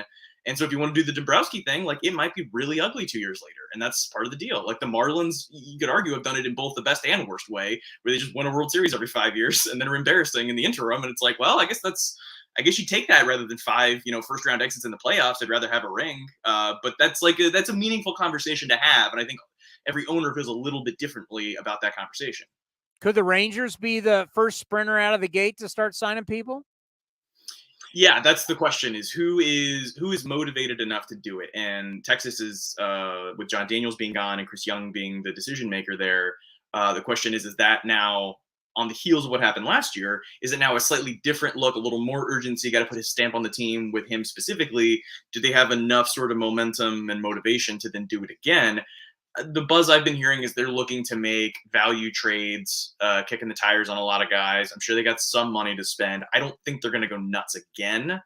I kind of assume if someone's going to do something rash or sign someone for more than we're expecting very quickly. I assume it's either going to be Brandon Nemo with the Mets, answering the question I was asking you guys earlier, or Hein Bloom with Xander Bogaerts, because I think Cohen wants to not lose a step and then stay ahead. And so you need to be proactive when you have so many guys that are free agents. I think they have like 5 or 6 core guys. And the Red Sox are they're not quite in the spot that the Giants are in, where they like just don't have a core for the next 3-4 years. But like the talent base is down, and they lost Betts. They lost that trade. Devers' extension isn't coming together. They gave money to Story, which now looks like a pretty bad idea in light of how the other negotiations have gone. Like, I think they're motivated to do that quickly in the same way that Cohen is motivated to do some things quickly. So those would be the guys that keep an eye on to maybe be in the next, couple of weeks. I think we'll see like our first like high 8-figure or 9-figure signing. Those are the guys I think are most likely. But all that to say, I don't think anybody really knows, other than maybe Scott Boras and a couple owners, like how this early going is going to play out. Would you bet? Because No. My kid's college tuition. Would you bet Aaron Judge leaves New York, or does he stay in New York? Which that means there's 2 teams there, obviously. Would you bet he's playing next year in New York, or would you bet he's outside of New York? I would say it's close to 50-50, Yankees versus the field. If you made me bet, I would say Yankees. And I think when you can piece together the Giants, the Dodgers, maybe Texas, like some of these teams that have some money and some motivation, I think they could all offer compelling packages. But I think Brian Cashman will match anything up to 325, maybe even more than that. And I think Judge would rather stay in New York, if all things being equal. So the question is somebody going to blow the Yankees out of the water at a number that they can't justify? Could it be Steve Cohen? I just don't. It's unlikely that it plays out that way. I would say it's maybe a 25% chance that somebody just blows the Yankees out of the water to a number that they can't consider doing. It has no bearing on us, so I would just love to see it. I would just love to see baseball, right? To see Uncle Steve write the big check, and because they're always going to battle each other for headlines. They're always going to be battling each other inside that market and the Northeast for business and sponsorship and everything. To watch the Mets take a Yankee great who just broke the AL record home run it'd be mind-blowing. It'd be great for our sport. Well, and also, like, if you were to ask just like a very casual baseball fan that's, been around my entire lifetime, like, my dad or someone's dad, like, what do you think were the glory years, the most exciting time to be a baseball fan? And I think they would talk about like that sort of Yankees Braves head-to-head, like Sherholtz versus the old boss and like all that kind of stuff, where it was just sort of, teams in smaller markets maybe don't love that it's the big marquee teams battling every year and all that kind of thing. But like having an irrational owner that just wants to spend money because of his ego and like just firing people left and right, like might not be great to work there. It might be a little like traumatic to watch it from the outside as like a fan, but like that's exciting. And like if you think about like what's like, leading Sports Center or just sort of sports conversation any given day, it's typically the NFL and the NBA, because the individual personalities of the star players that drive the NBA and the quarterbacks that drive the NFL, those things are taking over. And Aaron Judge is probably the biggest name in baseball, especially since Jeter, A-Rod, Poppy, like that whole group who happen to all be Yankees and Red Sox. Since they all retired, he's been sort of pointed at as like, well, Mike Trout doesn't love the spotlight and none of these pitchers can stay healthy. And like, he might be the next guy. And like having a giant bidding war and going to the Mets, and, meeting the Yankees in the World Series or, something like that. That would be about the way you'd want to draw it up to get the most interest in the sport. Looking on your list, I see a lot of pitchers, and these names stand out, but you don't like their ages. So when I start looking at DeGrom, Kershaw, what do you think about these 30-something-year-old pitchers that are free agents?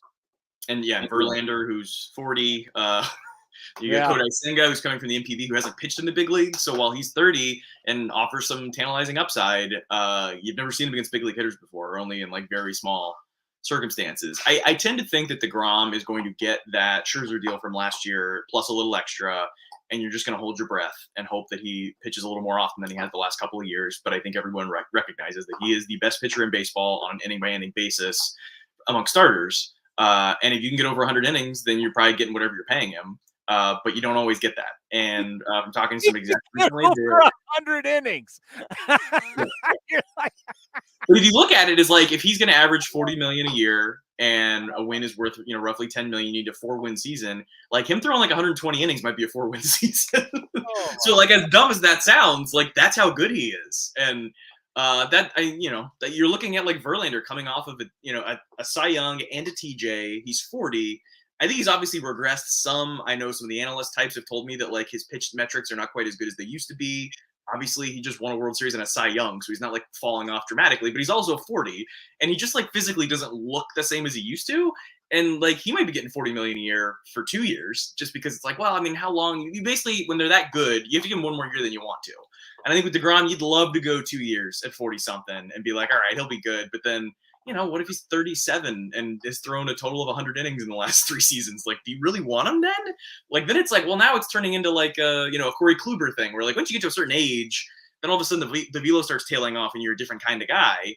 And if the further down you go this list, you see some guys that were like, dudes a couple years ago, and now they're just sort of they're extra guys. So yeah, I mean, and then the other thing that obviously I put in that article is Carlos Rodon is, I think, the dark horse that might get the most guaranteed money out of all of these pitchers. And his track record is basically was a huge prospect in college. Look like he was going to be the #1 pick by a mile. And then from his junior year in college until like 2 years ago, which is almost 10 years, he was just okay. And it was just sort of like velo up and down, injuries up and down, consistency up and down. And it's basically freshman, sophomore year of college. And the last 2 seasons have been lights out, frontline, maybe ace. And he's 30. So there's a case to be made that he should get that 150, 160 that we're talking about with DeGrom is like as high as he could get. You could have multiple teams deciding that Rodon, because he is the power fastball breaking ball potential frontline guy, that's the kind of player that teams want. Whereas, again, as I mentioned in the article, like Gausman is fastball changeup righty, which scares a lot of teams in terms of top of the rotation, year in, year out, in the playoffs, and those tight games. They want to have that breaking ball. And Rodon is that mold of guy. Yeah, you got him 5 years, $130 million. He is going to get paid at 30 years old. Okay, 2 more. One, before we get to the A's question, out of this list that I have of all these guys, who do you think is the best deal? Who's the best bang for the buck? Ooh, that's a good question. Let me scroll through here and see if I find a guy that really lights me up. You got 50 choices. Yeah, I'll give you like a sort of a mid-tier guy. I'll go with Zach Eflin. He's number, I think, 16, righty from the Phillies. He's basically never thrown 120 innings, I believe. If he has been much more than that. And he's basically shown you, I've seen him all the way back to like his junior in high school. He was in Florida at the same time I was. He's shown all the pieces that he could. I think he is a perfect example of the kind of guys that the Dodgers and the Giants look for, where they got everything has been lined up, maybe a little bit of optimization, maybe just hit him at the right time. Maybe a little bit of a tweaking of exactly when and how he throws his pitches. I think he could be one of those like third starters that you get at a discount. Where some of the other pitchers in that range, it's like Ross Stripling. It's like, oh, it's going to be sinker slider. He might not even start if you make the playoffs. Tyler Anderson, how long can he keep this up? So I think he's that sort of mid-tier guy that I'm interested in. And then as you go down toward the bottom, I tend to think Chad Green would be an intriguing investment. He may or may not pitch next season. He'll sign a 2-year deal. And then you'll get all of the year after. And he was one of the best relievers in baseball leading up to that. I've got him at 2 years for about $12 million, I think it was. But you might be getting one of the best relievers in baseball once he comes off of that. And so I think there will be a lot of rebuilding teams looking to tie up some money on the budget this year. And then maybe when they're competitive next year, I think the Rangers, and looking at you, to be able to sort of shift some of that rather than just getting a free agent for this year and spending this year's money and improving this year's team. If you're going to win 72 games, it's not really accomplishing very much. If you can get a guy that'll be a dude at a discount next year, I think a lot of teams will be looking for that guy that won't necessarily be in the market for those 1-year reliever contracts that are obviously healthy guys. All right, this is a hard question, but we love to play this game. It's based off the movie Moneyball, when Billy Bean's writing down names and throwing them up against the wall. And the scouts are going, who? And Billy goes, sounds like an Oakland A already. So on your list of free agents, you got to go way down. Scrolling. Way down. We're going past 50, and you start looking at the bottom. Who sounds like an Oakland A already? All right, I got a name for you. I think I asked 5 executives about this guy, and I think I got 5 different answers, which tells me that variance, that's what you're looking for at the low dollar amount. Like, might be released, might be an all-star. That's the variance you want for Oakland. His name is Shintaro Fujinami, righty out of the NPB in Japan. Throws really hard, control just okay, but it's good above average stuff. He's been one of these big names that's been throwing hard since he was young, coming out of college. Hasn't quite put it all together, but again, going back to some of these like Zach Eflin kind of guys, some teams think he might be a starter, and it might be 2 years, $6 million, or one of those deals like Nick Martinez and Robert Suarez did this year, where it's just like 3 straight player options, where as long as he doesn't shoot the moon, you just kind of keep him for $4 or $5 million a year and keep rolling it over again. So I think for less than $10 million, I bet you could get a couple years and try to figure out if you could harness all this. Because I kind of think his game, you look at a lot of the Japanese pitchers that come over, they tend to have very similar motions. They tend to be low 90s, good command, split finger. Like a lot of them do a lot of the same things. He's more of an American style pitcher where it's power, and I'm not quite sure where it's going yet. And so I think he might thrive in our game a little bit more, where power is a more important aspect. And that also goes for Kodai Senga, the guy that might get $80 million. He's also fastball, splitter, command in, breaking ball in. Like there's a little bit of Kevin Gausman to his game. But I think Fujinami might be a guy for teams like Oakland, Pittsburgh, Milwaukee, those kinds of teams that are kind of diving into the bargain bin. He's got a chance to really blow up, whereas most of these guys for, 1 year, $4 million, it's just like some guy that's been okay for 10 straight years. You don't want that guy. Okay. I love it. What's his name again? Shintaro Fujinami. Sounds like an Oakland A already. I love it. Hey, because you got to admit, as we're going to go to the winter meetings there, we like to tell everybody, you got everybody fishing out on this pond, and then you got this other pond where we fish, and we're really good at fishing in that pond. That pond wasn't available last year with the lockout. That's what really hurt us, is like all of a sudden lockouts, well, we got to trade these guys because they want to cut the ballpark and all that kind of stuff. But normally that pond where we're really good at finding players, like no one knew who the hell Mark Canha was years ago. Now everybody knows Mark Canha, right? That pond wasn't available last year. It was closed. That pond's back open this year. Yeah, and there's a bunch of buy low guys in that general area. Like Mike Clevenger looked like he was going to get a ton of money. In the last 2 seasons, obviously had a TJ, just didn't throw strikes. Velo was down. It's just sort of like, it's not really going the right direction, but like, I'd take a shot on that guy. If I got some money to spend, he's got some upside. Miguel Sano, another guy. Jace Peterson. Guys that either just did it last year, but nobody believes them, or they did it, but it was like 2 or 3 years ago, and you get them on a 1-year deal. Like, these are all the kinds of guys that I would imagine are, Oakland A type guys. So all of those guys, you might actually recognize some of those names, but who? I'll go out and say it for you. You know what the best part about it is? Now you're going to think about that, and you're going to be doing your research, and you're going to go, sounds like an Oakland A already. Yeah. I want you to know, no matter where I go, winter meetings, fantasy camp, San Diego, Arizona, in our studio, you will be with us, my friend. The top 50. This will be our backup, just in case somebody spills coffee on it. This will be our Bible. We will write in where people go. Highlight, dog ear, page mark. Yeah. I'm an ESPN insider. And you need to be an ESPN insider because that's where you get all your great baseball, your NFL stuff, NBA stuff. Everybody needs to go to ESPN.com and check this out. Top 50. It's the best in the business. Thank you so much for your time, and we'll talk to you soon. And remember, sounds like an Oakland A already. And for another feather in your cap, the moment you started talking, my dog walked into the room and has been laying here motionless, listening to you the whole time. So you got an extra listening. We soothe even animals. And the dog's name is Scout. So, I mean, happy to go. Great stuff. Keep up the fantastic work. Yep. Thanks for having me. Kiley McDaniel from ESPN. He's great. It is. I'm done. I am done. Do not send me another top free agent article. I do not need another one. This has got everybody. It's got the notables. It's got everybody you need. I mean, if there's not somebody on this list, then, I don't think you want him. I mean, he's got catchers, infielders, DHs, outfielders, right-handers, lefties. I mean, what else do you need? Well, I do want to tell you there was a trade that happened while we were talking to Kiley. G-Man Choi is no longer a Tampa Bay Ray. What? He was traded to the Pittsburgh Pirates. Oh my God! And poor G-Man Choi. And another thing happened while we were there. I'm just teeing this. I'm going to get this teed up. For who? I think it's going to be a minor leaguer. G-Man Choi, who's been playing in the playoffs, battling with the Rays. Do you realize who's next? Eno. Okay, coming up next, Eno Sarris. We'll get into all this, but I feel bad for my man, G-Man Choi. You're going from battling the Yankees and the Red Sox and the Jays to playing for the Pirates? Future's bright in Pittsburgh. I've been hearing that for 20 years. Ugh, awful. Eno, next.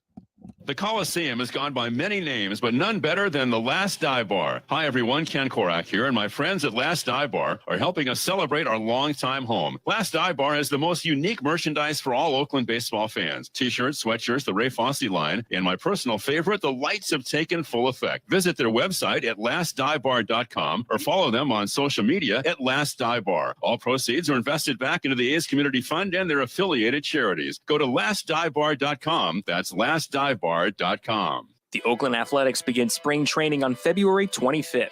Now's the time to make plans to catch us in Mesa, Arizona, and enjoy the sunshine with your family and friends. Buy your tickets early for the best seats at the lowest prices as your green and gold take on the Giants, Dodgers, Padres, Angels, and more at Hohokam Stadium. And Tony, it's a deep drive to right in the corner. Gritchick going back. He'll turn and watch it fly. Get your tickets at athletics.com/spring. That's athletics.com/spring.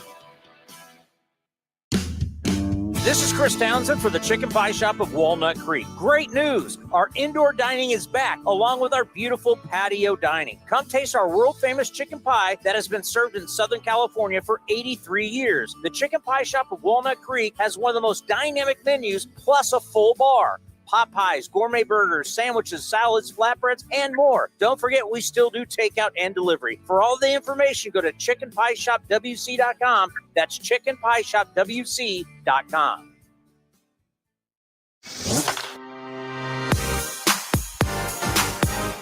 Senior writer for MLB Pipeline Jim Callis stopped by A's Cast Live and discussed the prospects he likes in the A's farm system. I like Ken Waldichuk. I think he's a little unheralded. I think Tyler Soder, like Shea Langoliers got there this year. I really like Shea Langoliers. I think having Shea Langoliers makes it easier to let Tyler Soderstrom do what he does best, which is hit. And it's always tough when you have a really offensive-minded catcher like Tyler was, where if you catch him, it detracts from his hitting because of the time you have to devote to catching and then the physical toll. So I think they're going to get more out of Tyler Soderstrom's bat. To listen to the full interview and much more, go to athletics.com/A'sCast.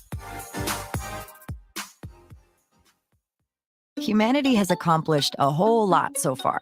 We created penicillin, the automobile, and the internet, not to mention drones, duct tape, and the hot dog. It's all thanks to the power of human connections.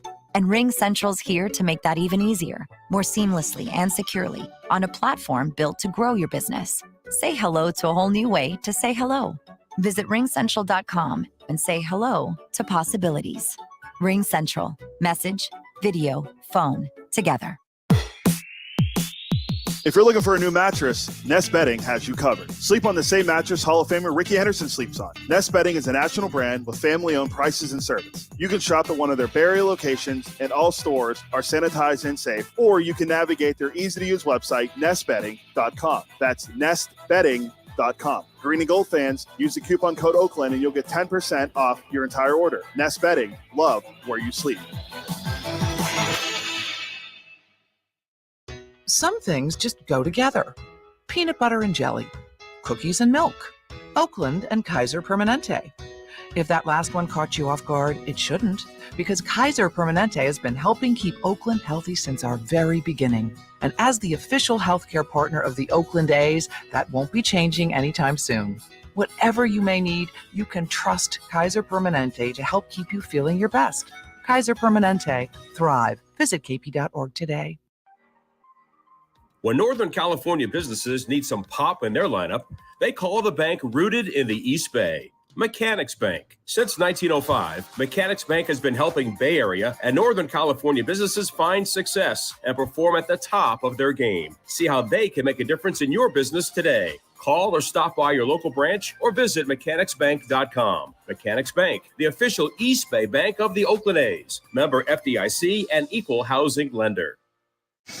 A's Cast Live continues from the town. Here's Chris Townsend.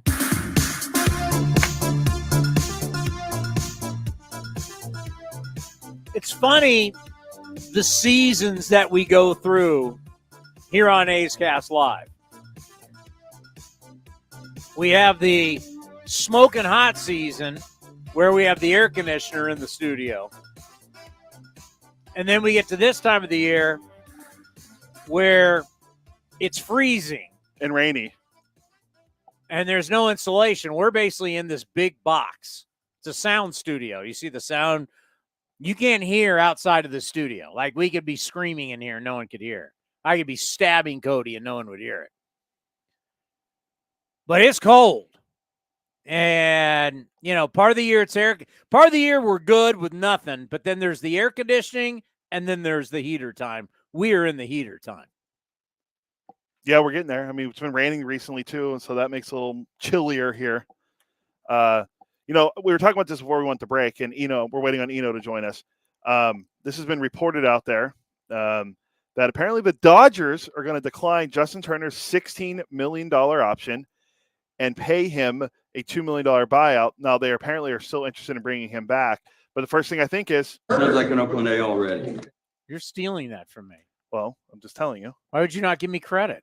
It is your credit. I'm just saying. No, you weren't giving me credit. You were just saying I sent this to him saying, hey, Turner's got the 16 mil option. They're going to decline it. Sounds like an Oakland A already. He was your choice. You turned it down saying, oh, no, he's third on the list. No, he's the number one third baseman, I think. Number one? Who's going to pay him? He's like 36 years old. No, he's older than that, I think. What is Turner? There's another old third baseman I thought of, and it's not him. It's Evan Longoria was bought out by the Giants. He also sounds like an Oakland A already. That sounds like an Oakland A, no question. Turner is 36. Turner is 37, going to be 38 later this month. Oh, totally sounds like an Oakland A. Hey, Longo's 37, so perfect. Are you kidding me? How about this is one for Eno. Opening day, do we want this guy playing first or center? Oh, we were just talking about this. I'll go first. We'll go first because we're projecting that this is if Ramon Laureano does not get traded, because his name is always got Pache. You have Seth Brown. What are you going to do with him? Going to be in right. Yep. So you can put this guy at first. Want a Gold Glove or for center field, but he want a Gold Glove. You know what we do? You put Seth Brown in left, Pache in center, and Ramon in right. Okay, yeah. You want the strong arm in right field for sure. Right? And then you put this guy who could be non-tendered. Cody Bellinger. Sounds like an Oakland A already. Your opening day first baseman, because they need to find a spot for him to rehab everything. His game, his image, 1-year deal. If he hits, can trade him at the trading deadline. Plays open, please. The Eno Sarris Show is sponsored by Fieldwork Brewing Company. With 8 taproom locations in Northern California, Fieldwork brings you fresh craft beer direct from the source. Fieldwork will also ship beer direct to your door if you live in California. Visit fieldworkbrewing.com. Oh, I can taste it now. A nice cold Fieldwork, even though I don't drink anymore. Nice cold Fieldwork brew, and Cody Bellinger playing first base for your Oakland Athletics, opening day. Center. Just smell and sound like an Oakland A already. Center field. Oh, we can't hear you. Oh, you can't hear me. Oh, there you go. What do you think, Eno? I'm saying center field. Okay, that's fine. We were just trying to laugh. Wherever we're down, I'm just saying we're thinking Brown. Well, that's because I like Capel. Okay. So I want to go Capel, Laureano, Bellinger, Brown at first. Where's Pache? Is he in AAA? Ooh, that's fine. That's fine. Bellinger at first. So Capel, who hook 'em horns. I like the Texas and the whole thing. His dad, Roger Clemens. All right, so he's in left. And we'll get Bellinger in center. We'll get Ramon in right. Seth Brown plays first base. I like it. Has he been non-tendered officially, or is there some news? No, is that today? It's coming up. Rumor. Yeah, the rumor. We were speculating if he's not possible. But for me, the Dodgers, 1-year deal for whatever it is, 20 million, 18 million. I don't think that they will kind of blink at that. They'll just be like, that's our defensive center fielder for next year. And, after that, we'll find somebody else, I guess. I don't know that, I think they'll tender him, and then, if it is the A's, there's a question of what the money is, because, the arbitration sort of sets a level, right? So, he'd be out there looking for a $10 million deal or so. But I guess, the A's have done short deals like that before. Yeah. It's like Ben Sheets all over again. And, it's so Rich hard. Hill. It's so hard to believe. Cody Bellinger was the MVP. You were thinking, well, you're going to have to pay him and Mookie Betts, right? Remember that conversation? How far he has fallen. It's crazy. Yeah, I saw some really good analysis by a person that was just hired by the Dodgers after he wrote it about how Bellinger's problem has more to do with his foot than his shoulder, that he hurt his foot recently, and that's changed his swing. But I'm a Cody Bellinger apologist. Like I still see, I see that in him. He had that level of production. He was an excellent player. And I think, just maybe a fresh voice or a fresh situation, fresh approach, I think you can get it back out of him. He still has a pretty good eye at the plate. And in the past, he's hit the ball really hard. And then, worst case, he gives you good defense. He looks good in that all-white Dodger uniform. He looked good in that all wedding gown white A's uniform with white cleats. I would love that. All right. You have been checking it out with scouts, and we're talking college baseball. And who would have ever thought that your claim to fame would be spider tack and the sticky stuff? But, man, you're on it again. We're still dealing with this. We know we're still dealing with it at the big league level. However they're doing it, they're doing it. Mm-hmm. But they're really doing it at the amateur level. Yeah, I was just down at the Arizona Fall League, and it's one of my favorite places to go at this time of the year because I hang out with a bunch of scouts, and I get to just hear what they're talking about. And, I'm the sticky stuff guy, so of course that's going to come up in conversation. And it could be worse. You could be known for something else. Yeah, I guess. But they were talking about, when they're scouting, there was a player just picked by the Pirates, from Yale, and he had like a 2,800 RPM fastball, and the scout had to go around and kind of ask teammates like, hey, does he use, it's cool. I'm cool with it if he does, but could you tell me if he uses the spider tack, or, have you ever seen him? Because they need to know how legit it is and what he's going to get away with, especially if it is spider tack in particular. That one, I think, has been legislated out of the major league game. So then you have to, in your appraisal, say he's throwing 2,800 RPM now, but once you take the spider tack away from him, maybe it's going to be more like 2,600 or 2,500. So that's something that you have to put in your appraisal. So it's just a difficult thing because the kids are not being legislated the same way. They don't have umpires out there checking their hats the same way. And they want to get noticed by the scouts and everything. So they're, a lot of kids in college are still using this pine tar and the spider tack that the pros used to be using 2 years ago. So I brought this in, copper tone. This is what I use for golf, put on my face to not get skin cancer. And we've done the whole test, and it's like, what are they doing now? Like, what could they possibly, because really, I've done the test with the sunscreen. It doesn't do much. Like, Yeah. what are they, what could you possibly be using now? Because everybody wanted to go to Musgrove, but what Musgrove had, that looks slick. There's nothing slick that's sticky. Yeah, you really need sticky. Yeah, You it's need sticky, right? So what's sticky that they could be using that they can still hide? Well, we know that Karinchak is probably using some sort of hair gel. Hair gel, I think it's, certain types of hair gels are pretty sticky, especially as they start drying, and then you take the hair gel that's kind of sticky and you put it in with the rosin. So there's something there. And then also, when I was doing back my research for the original piece, I was told that future Hall of Famers, a couple of them, were boiling down like Coca-Cola and combining that with the pine tar to get that extra stickiness. Now, what if you just boil down Sprite?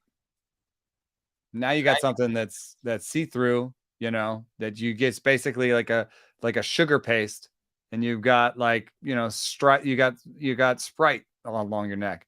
It's not going to smell like anything. And then if you have, you have some hand sanitizer on your butt, it won't look like anything because it's clear. So I also, in my reporting for that, I'd heard about CBD oil as a possible use because it was sticky and it was clear. So the real thing is now is just come up with something that's sticky and clear and you can get off in time for the inspection. Well, lemon lime Sprite. Are we now going to see umpires going up and That's what I'm talking because about. we've already seen rubbing the hair. We're going to sniff them. And if I smell lemon lime, this guy, is he using Sprite or is he using 7-Up? Something's wrong here. No, but generally the thing that was so difficult at the fall league that everyone was talking about is, how many changes are coming to the game this year and seem to be happening every year, and how to scout for that and what to sort of anticipate. For example, I've looked into this before about the shifting. So next year you can't have your shortstop on the second base side of the bag, and the second baseman can't be standing out on the grass. I looked at it, and on the player level, it looks like maybe this guy gets 6 extra hits, this guy gets 10 extra hits, maybe one guy gets 15 extra hits.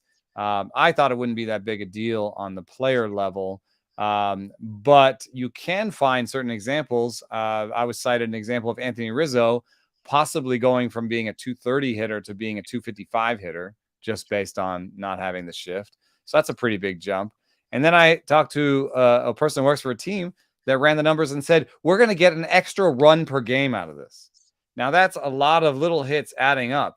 If we went from last year's runs per game, 4.5 or whatever, 5, and we just added 1 to it in 1 year, that would be the biggest jump year over year in run environment like ever in the history of baseball.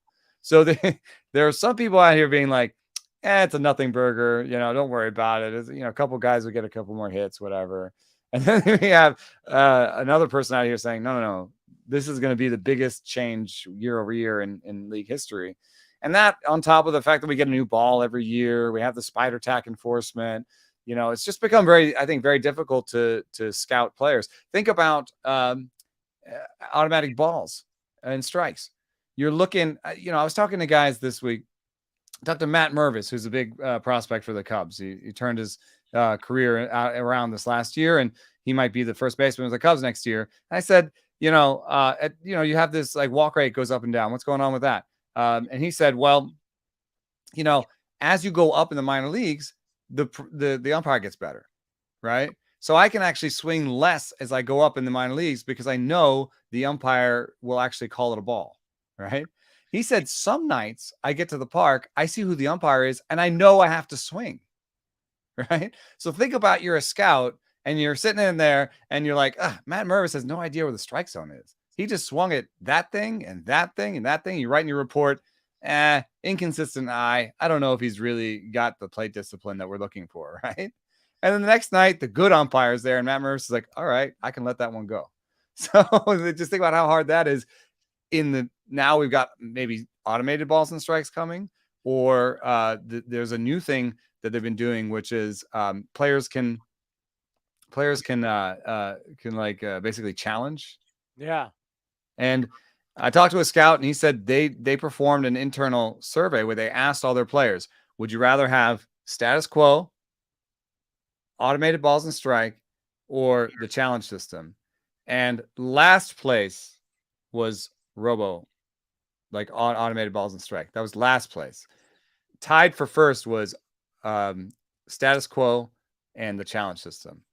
So that's why you're starting to hear that it's more likely that we're going to get the challenge system than we are going to get fully automated balls and strikes. So I think that's interesting because it still rewards framers on the catching end, and it rewards hitters that have a good sense of the zone that can say, no, that was a ball. Check it. Okay, so I love the idea of the challenge. That would bring interest. Now, we don't want to make the game longer. Is this a challenge? Would the process be different? It's going to be different. I, the hitter, get the challenge, or does it have to come from the dugout?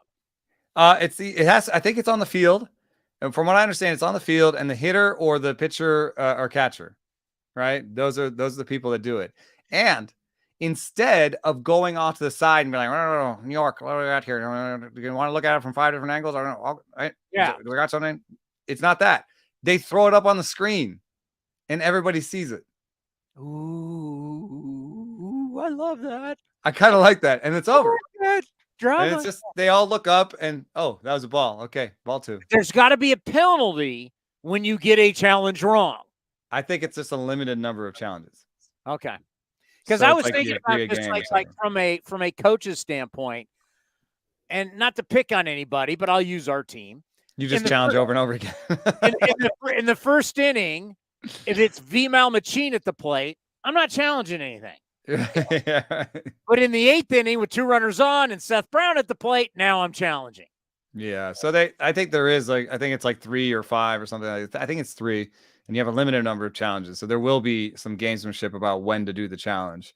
It also keeps you from like constantly checking, challenging on like and just like early counts early in the game where it's just not much leverage. Yeah, you want to keep one for the 9th inning in case there's a really bad call there. Or if you're in a high leverage inning, like bases loaded 6th inning, 7, 6, yeah. I want to have that. I'm in for all of that. That to me, I'm in. That sounds fascinating. Back to that run per game. I don't fear that because we had it in hockey when they wanted to they got rid of the trap and they wanted more goals. Didn't hurt the game. More touchdowns don't hurt the game. Steph Curry and the Warriors hitting more threes hasn't hurt the game. Little more excitement, little more ball in play. I don't think hurts the game. So for you, if strikeouts go down and runs go up, that's okay. Yes. But if strikeouts keep going up and runs keep going up, Well, if you're telling me if runs go up, that means there's more action. Right. Okay. Because you can't get runs without action. Maybe we can just outrun the strikeout problem. Are we ever getting rid of that? I think it's velocity. And so I don't know what you do about velocity. The only thing is, we'll see if the pitch clock does anything, but there was some look at this in the minor leagues and they said, no, velocity didn't really go down. So if velocity doesn't go down from the pitch clock, the only other thing you have is the mound. We're going to move it back. Yeah, we've done it before. We've moved it down. Are we going to move it back? And moving it back does change the way shapes work, right? Yeah. Like the breaking ball has more. And the breaking ball has more time to break, right? So it could lead to just much more breaking balls. What if you move the mound back and suddenly everyone's 50-50 sliders? It's all 50% sliders. Yeah, it would change. I mean, we're not even throwing fastballs now. Right. It's already almost 30% sliders. Move the mound up? No. Now everything's 107, but you're not. Yeah, don't do that. I mean, think about these conversations where you're trying to say, okay, we're getting more breaking balls than fastballs. Fastballs are harder than ever before. Think tank, everybody come together. What do we do? Because we're not getting enough contact. We need more contact, more balls put in play, more entertainment. Yeah. I think baseball is thinking that way, and I think what they're doing right now is trying everything but the mound, right? They're like, we'll do the pitch clock, we'll do these different things. But I mean, even the three guy rule was sort of about this, right? If you just got a guy to come in and just face one batter, like a reliever that can just face one batter, he can throw as hard as he can. If he has to face 3, he has to, throw a little bit less. Like the A's have a guy who was killing it down in the Arizona Fall League. Mason Miller is down there. And he had a labrum issue this year, so he only got 14 innings. I said 7. He's like 14. I'm like, yeah. Sorry, I didn't mean to. Yeah, sorry, you insulted him. Yeah. I didn't know you're Cal Ripken. It was 14. Yeah. But he was throwing 102 regularly. He was sitting. He was putting 102s up regularly in his appearances in the Fall League, and that's the think about. We used to think Joel Zumaya, when he got to 100, we were like, oh, it was like Zumaya. I remember I was at a game in Detroit and he was hitting 100, and they put it up on the board and there were these flames and everyone's like, woo, now 100 is like Camilo Doval is like sitting 100, Mario Clase is sitting 100. And we got Mason Miller down the Arizona Fall League sitting 100 and hitting 102. So there's some question about him, whether he's a reliever or starter, but that's true for everybody in the game right now. Can you be a reliever for 5 innings and then you can be a starter? Hard to say, because, we're trying to obviously figure out when is a guy going to be ready, when he's not going to be ready. Like Geloff, ready. I think Soderstrom, basically ready. This guy hasn't played, but he's throwing 102. I don't know how much you have to play if you're throwing 102. You just have to decide. The question is if he's going to be a starter or not. If you think with the injuries and with the repertoire, it's mostly fastball, cutter, maybe cutter, slider. If you think, it's not going to really have a third or fourth pitch, then why spend his bullets in the minor leagues, I just, now it's in my head thinking about moving the mound back. Anytime you give a hitter, it's rhythm and timing, right? And it's about seeing it and reacting. Anytime you give a hitter, I don't care what you're throwing, whatever pitch you can have. What was that guy play for the Red Sox with the gyro ball? Daisuke Matsuzaka, yeah. Gyro ball or what? I don't care if you're throwing the gyro ball. Well, it's funny because if you throw the gyro ball, it looks boring. Doesn't do anything. It's kind of a 0-0 pitch. It's just like this. But that's different. Lance Lynn says he throws 5 fastballs. One of them's a BP fastball. Why does it work? Because everyone's keyed up for 3-4 miles an hour harder. Well, anytime I give a hitter that much longer to see it, that too, it makes it better for a hitter. So if I move it back, and that's a little more gravity, you can't take gravity away from the planet. So that's a little more gravity and a little more time for the hitter's eyes to see it and react. Maybe that's what we really need to start. And I don't know where you start it, because they're obviously the first thing they're gonna say is injuries. We're worried about injuries, moving this back, but that may be the next step, is to move the mound back. Yeah, people like to talk about launch angle swings creating strikeouts, and it's this obsession with power, and that's why we have all these strikeouts. I'm going to write about this, but they're right and they're wrong. It's not because of the mechanics of the swing. It's not because you have a loopy swing or any of that. It's because power lives out in front of the plate.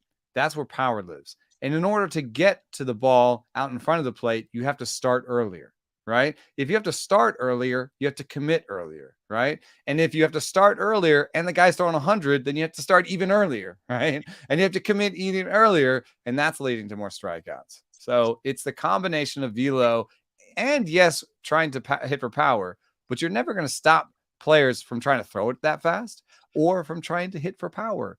It's in the game. Those things are good. Here is the problem. And this is the problem. And I'm not trying to be the smartest guy in the room, but here is the problem. We're asking baseball coaches questions that they don't have answers to, because this is a neuroscience thing. This is the human brain. This is your eyes. What do your eyes see? What do your eyes now tell your brain? What does your brain tell your body to do? Whether you're uppercut, chopping down, level swing, no matter what, it's the decision-making process that's coming in between the ears. That's something you can't teach. That's something you can't find on a data sheet. That's something you can't scout. We can't scout the internal brain and the decision-making of each individual human brain. Oh, they're trying to. Otherwise, we would all found Joe Montana. Why does they're trying to figure it out. That there's definitely advances in neuroscience tests, and so Mookie Betts, for example, has a really great sense of the zone, swing decisions, contact ability. He was part of a program with the Red Sox where they all had them on a computer program, just being like fastball, slider, like just basically trying to like see things where they just like see like a half second of a pitch and then they have to decide what it was. And they tested all their guys internally, and Mookie Betts scored the best out of everyone, and that was part of why they just kept advancing him, and they believed in him because so there is some neuro scouting. But I think you're right that there is something in there that's so fast, because even when I asked Mookie Betts, I said, what do you see when you're at the plate? What are you looking for? Like, what do you see? And he says, Man, I can't tell you. I don't know. I can't put words to it. I'm seeing the pitch and reacting to it, but I can't tell you. Some other guys were like, "Ooh, I see some spin, I see some colors." Man, I think the truth is, it's midbrain stuff. You know what I mean? It's like the lizard brain. It's like it's too fast. There's no way you don't put words to it because it's not a words thing. Words take a second to think up and put attach a word to it. When you're looking at a pitch and reacting to it, there's no words.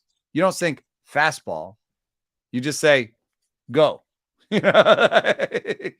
So there is something to what you're saying, I think. And then, if there is stuff that we can't figure out, and are there limits to that? If everyone's throwing 110 mile an hour fastball, is there just nothing we can do? Is there a limit to how fast the brain can react? And if there's 110 mile an hour fastball out there, is everyone just going to strike out 35% of the time? So, well, I mean, I think these are great questions that we don't really have the answers to. Yeah, it's pretty, when you look around sports, we were just used to the biggest, strongest, fastest guys, and it's just the way it is, right? Guys have better DNA. Mm-hmm. But if you take someone like Michael Jordan's 6'6". I can find you a bazillion 6'6" guys in the NBA who can't play like Michael Jordan. What's Steph Curry, 6'3"? Well, why can't everybody? So everybody can do it. Why can't everybody do what Steph Curry does? I mean, look at Tom Brady. Is Tom Brady this wonder athlete that there's something about you can take Tiger Woods, Jack Nicklaus. Tiger Woods and Jack Nicklaus aren't big dudes. Why can they do it and everybody else can't? It's not like it's not like it's Wilt Chamberlain, and Wilt Chamberlain was just by far the better athlete than everybody else. And I think it's Shaq. They had to change the rules. Shaq was so big, they had to change the rules. Kareem Abdul-Jabbar, right? Wayne Gretzky's my size. How is this guy playing hockey? So there's something that's inside. And I mean, you talk to neurosurgeons, the study of the brain. We don't even use so much of our brain. That's the next level stuff that's the tough thing. I mean, how can I be sitting there at a high school game in, I don't know, Chandler, Arizona, saying this is the next great baseball player because of his mind? And I think this is why any team that's cutting their scouting department or not listening to their scouts is missing out, because I think the scouts have a chance of catching that. You know what I mean? There's just for another human being to like watch them and say, this person has it, or this person, there's something different about this player. I think you're more likely to maybe catch that with another human being looking at him than just looking at him in the numbers, because if you look at Mookie Betts in the numbers, even the stuff that he did that was really interesting in the minor leagues, like he struck out less than he walked, right? You can still find other guys that struck out less than they walked in the minor leagues and get all excited about it. They go, he's the next Mookie Betts, and none of them are going to be Mookie Betts. Or you could be like the scouts in Moneyball, the movie where he says he's got an ugly girlfriend. What does that mean? Got no confidence. Got an ugly girlfriend. What's that? Ugly girlfriend means no confidence. See, or you can do that. What's that mean? Or you I've got a friend who traded away Michael Kopech because his girlfriend was like crazy on social media. Are you serious? Yes. And what's crazy about it, my friend Ian Kahn, who works at The Athletic, he's super successful, and he's the opposite of me, where I'm like, all about the numbers. He starts with the numbers, but then he's willing to, like, he looks at Jason Dominguez and he said, that guy's got it. That guy is the next Mike Trout. I don't care what the numbers say. Like, that guy, I will do anything to get that guy on my team. And so he'll go out and do that. And I'll be like, I don't know. He's kind of big. The numbers aren't that great, So I always tend towards like veterans and people who've displayed it before. And he's like, I'm going to trade away Michael Kopech because his girlfriend seems crazy. I'm just saying. His girlfriend is a 6 at best. I'm just saying. When you're down there, because obviously you go down there for info. I mean, you're like Columbo. You're an investigator. You're going down. And by the way, the kids out there, look it up. Google Columbo. It was a great TV show back in the day. What else you got? What was down there? You're down there. You're talking to all these scouts. What else really hit you that you may not be able to write about? Yeah, Jordan Walker is the big jewel of the class down there. I thought he looked stiff, and I had like a weird scouting reaction to him. Where it's like, I don't know if I believe. Like, I think he's going to strike out a lot more than people think, and I wasn't that into him. The other thing that was interesting, Jordan Walker with the Cardinals, outfielder. The other thing that was interesting to me was they had one of the first ever home run derby in the Arizona Fall League, and that's weird because the Arizona Fall League is for scouting, right? It's a kind of about scouting. It's about putting these players in a position for every team to see them, and either they get traded or they end up on a major league roster next year. It's like finishing school. It's like that last bit that you're gonna do. And I thought that a home run derby would have absolutely no value to a scout. Like, here's a bunch of guys just trying to swing for the fences.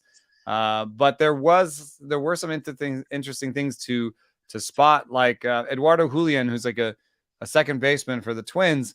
He was in it, and it was weird because he's not really a big power hitter, and all of his hits were he was a lefty. They were all to left center. So I was like, he's not going to be a big power hitter. He's like an opposite field guy. But just watching how excited everybody was for the home run derby, it outsold, I think, the All-Star game down there. And it was the most well-attended game that I was down there for. Made all the scouts mad. They're like, I hate the home run derby. And I was like, dude, people love home run derbies. It's okay. It's fine. It's fine to love a home run derby. They have a commercial.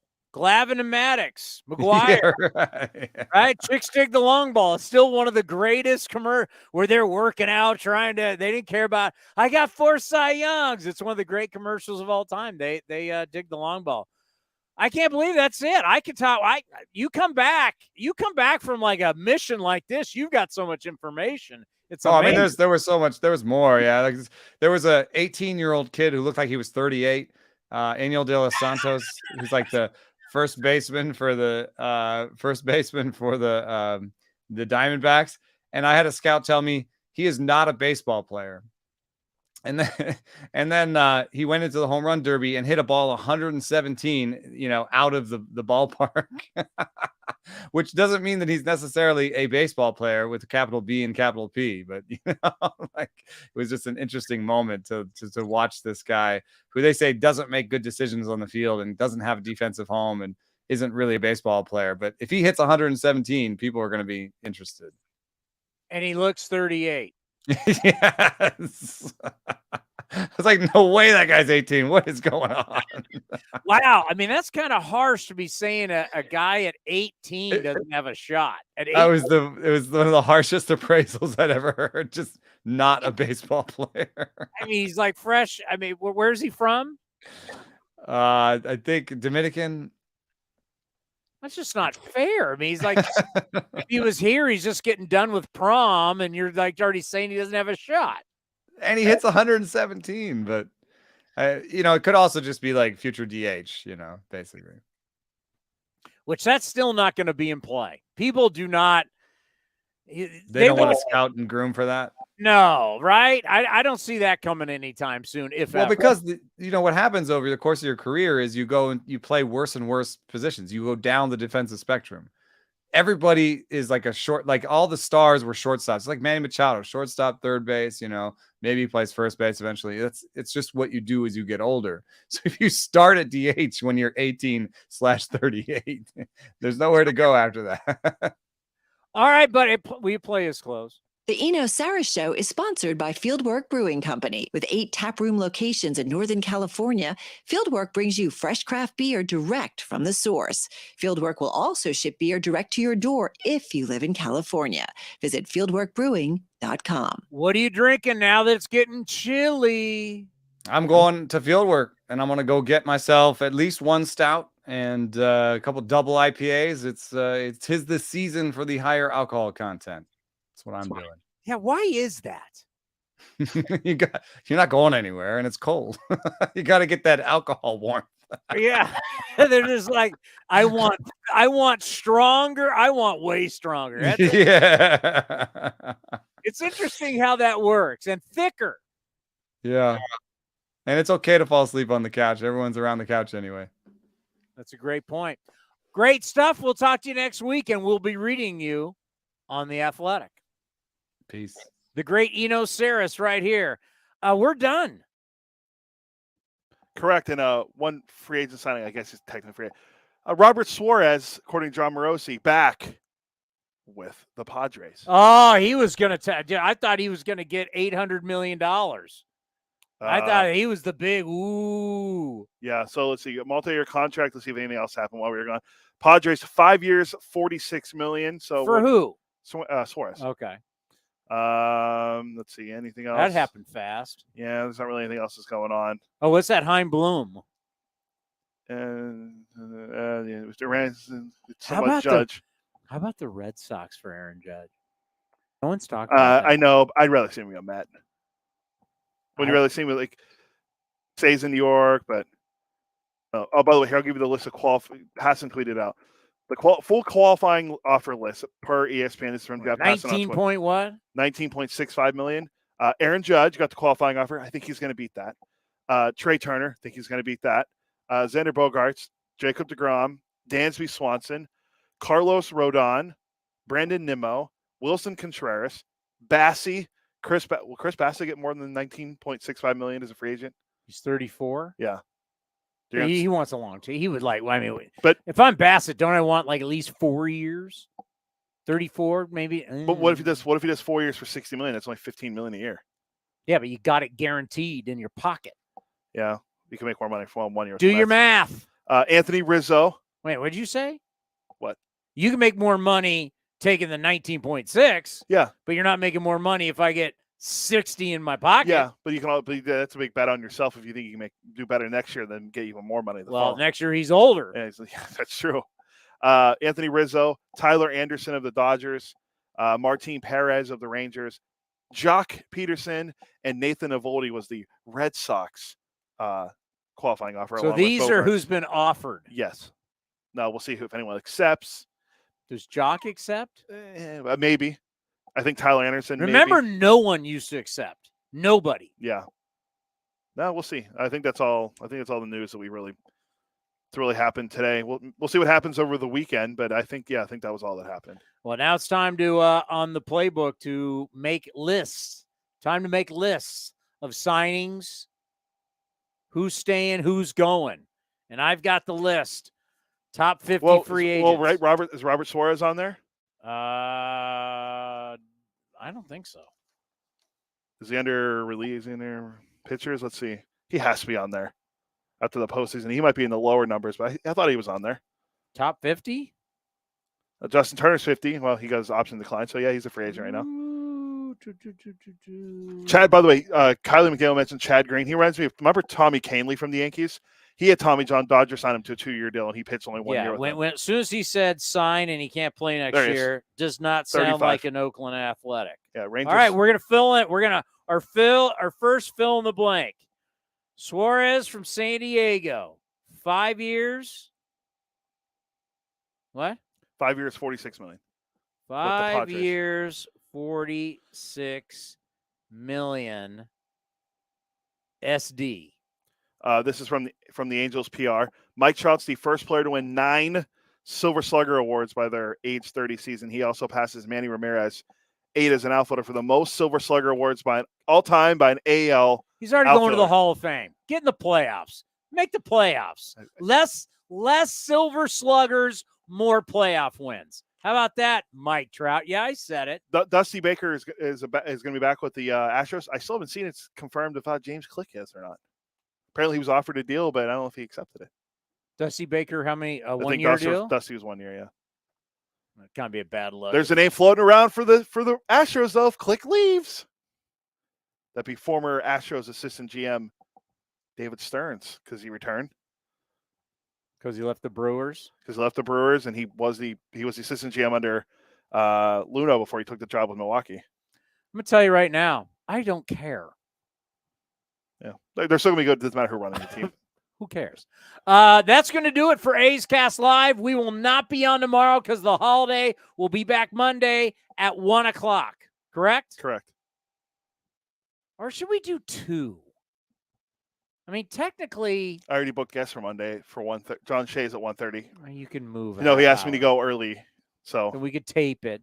Because what do we want to? We're going to decide this live. What do we really want to do? We come on during the season at 4.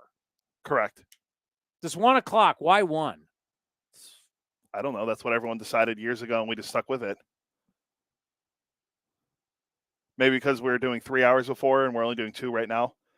Because before it was 1 to 4, and then you can do it for 3 more hours and up to 7 o'clock. Maybe we go 2 to 4, 4 to 6.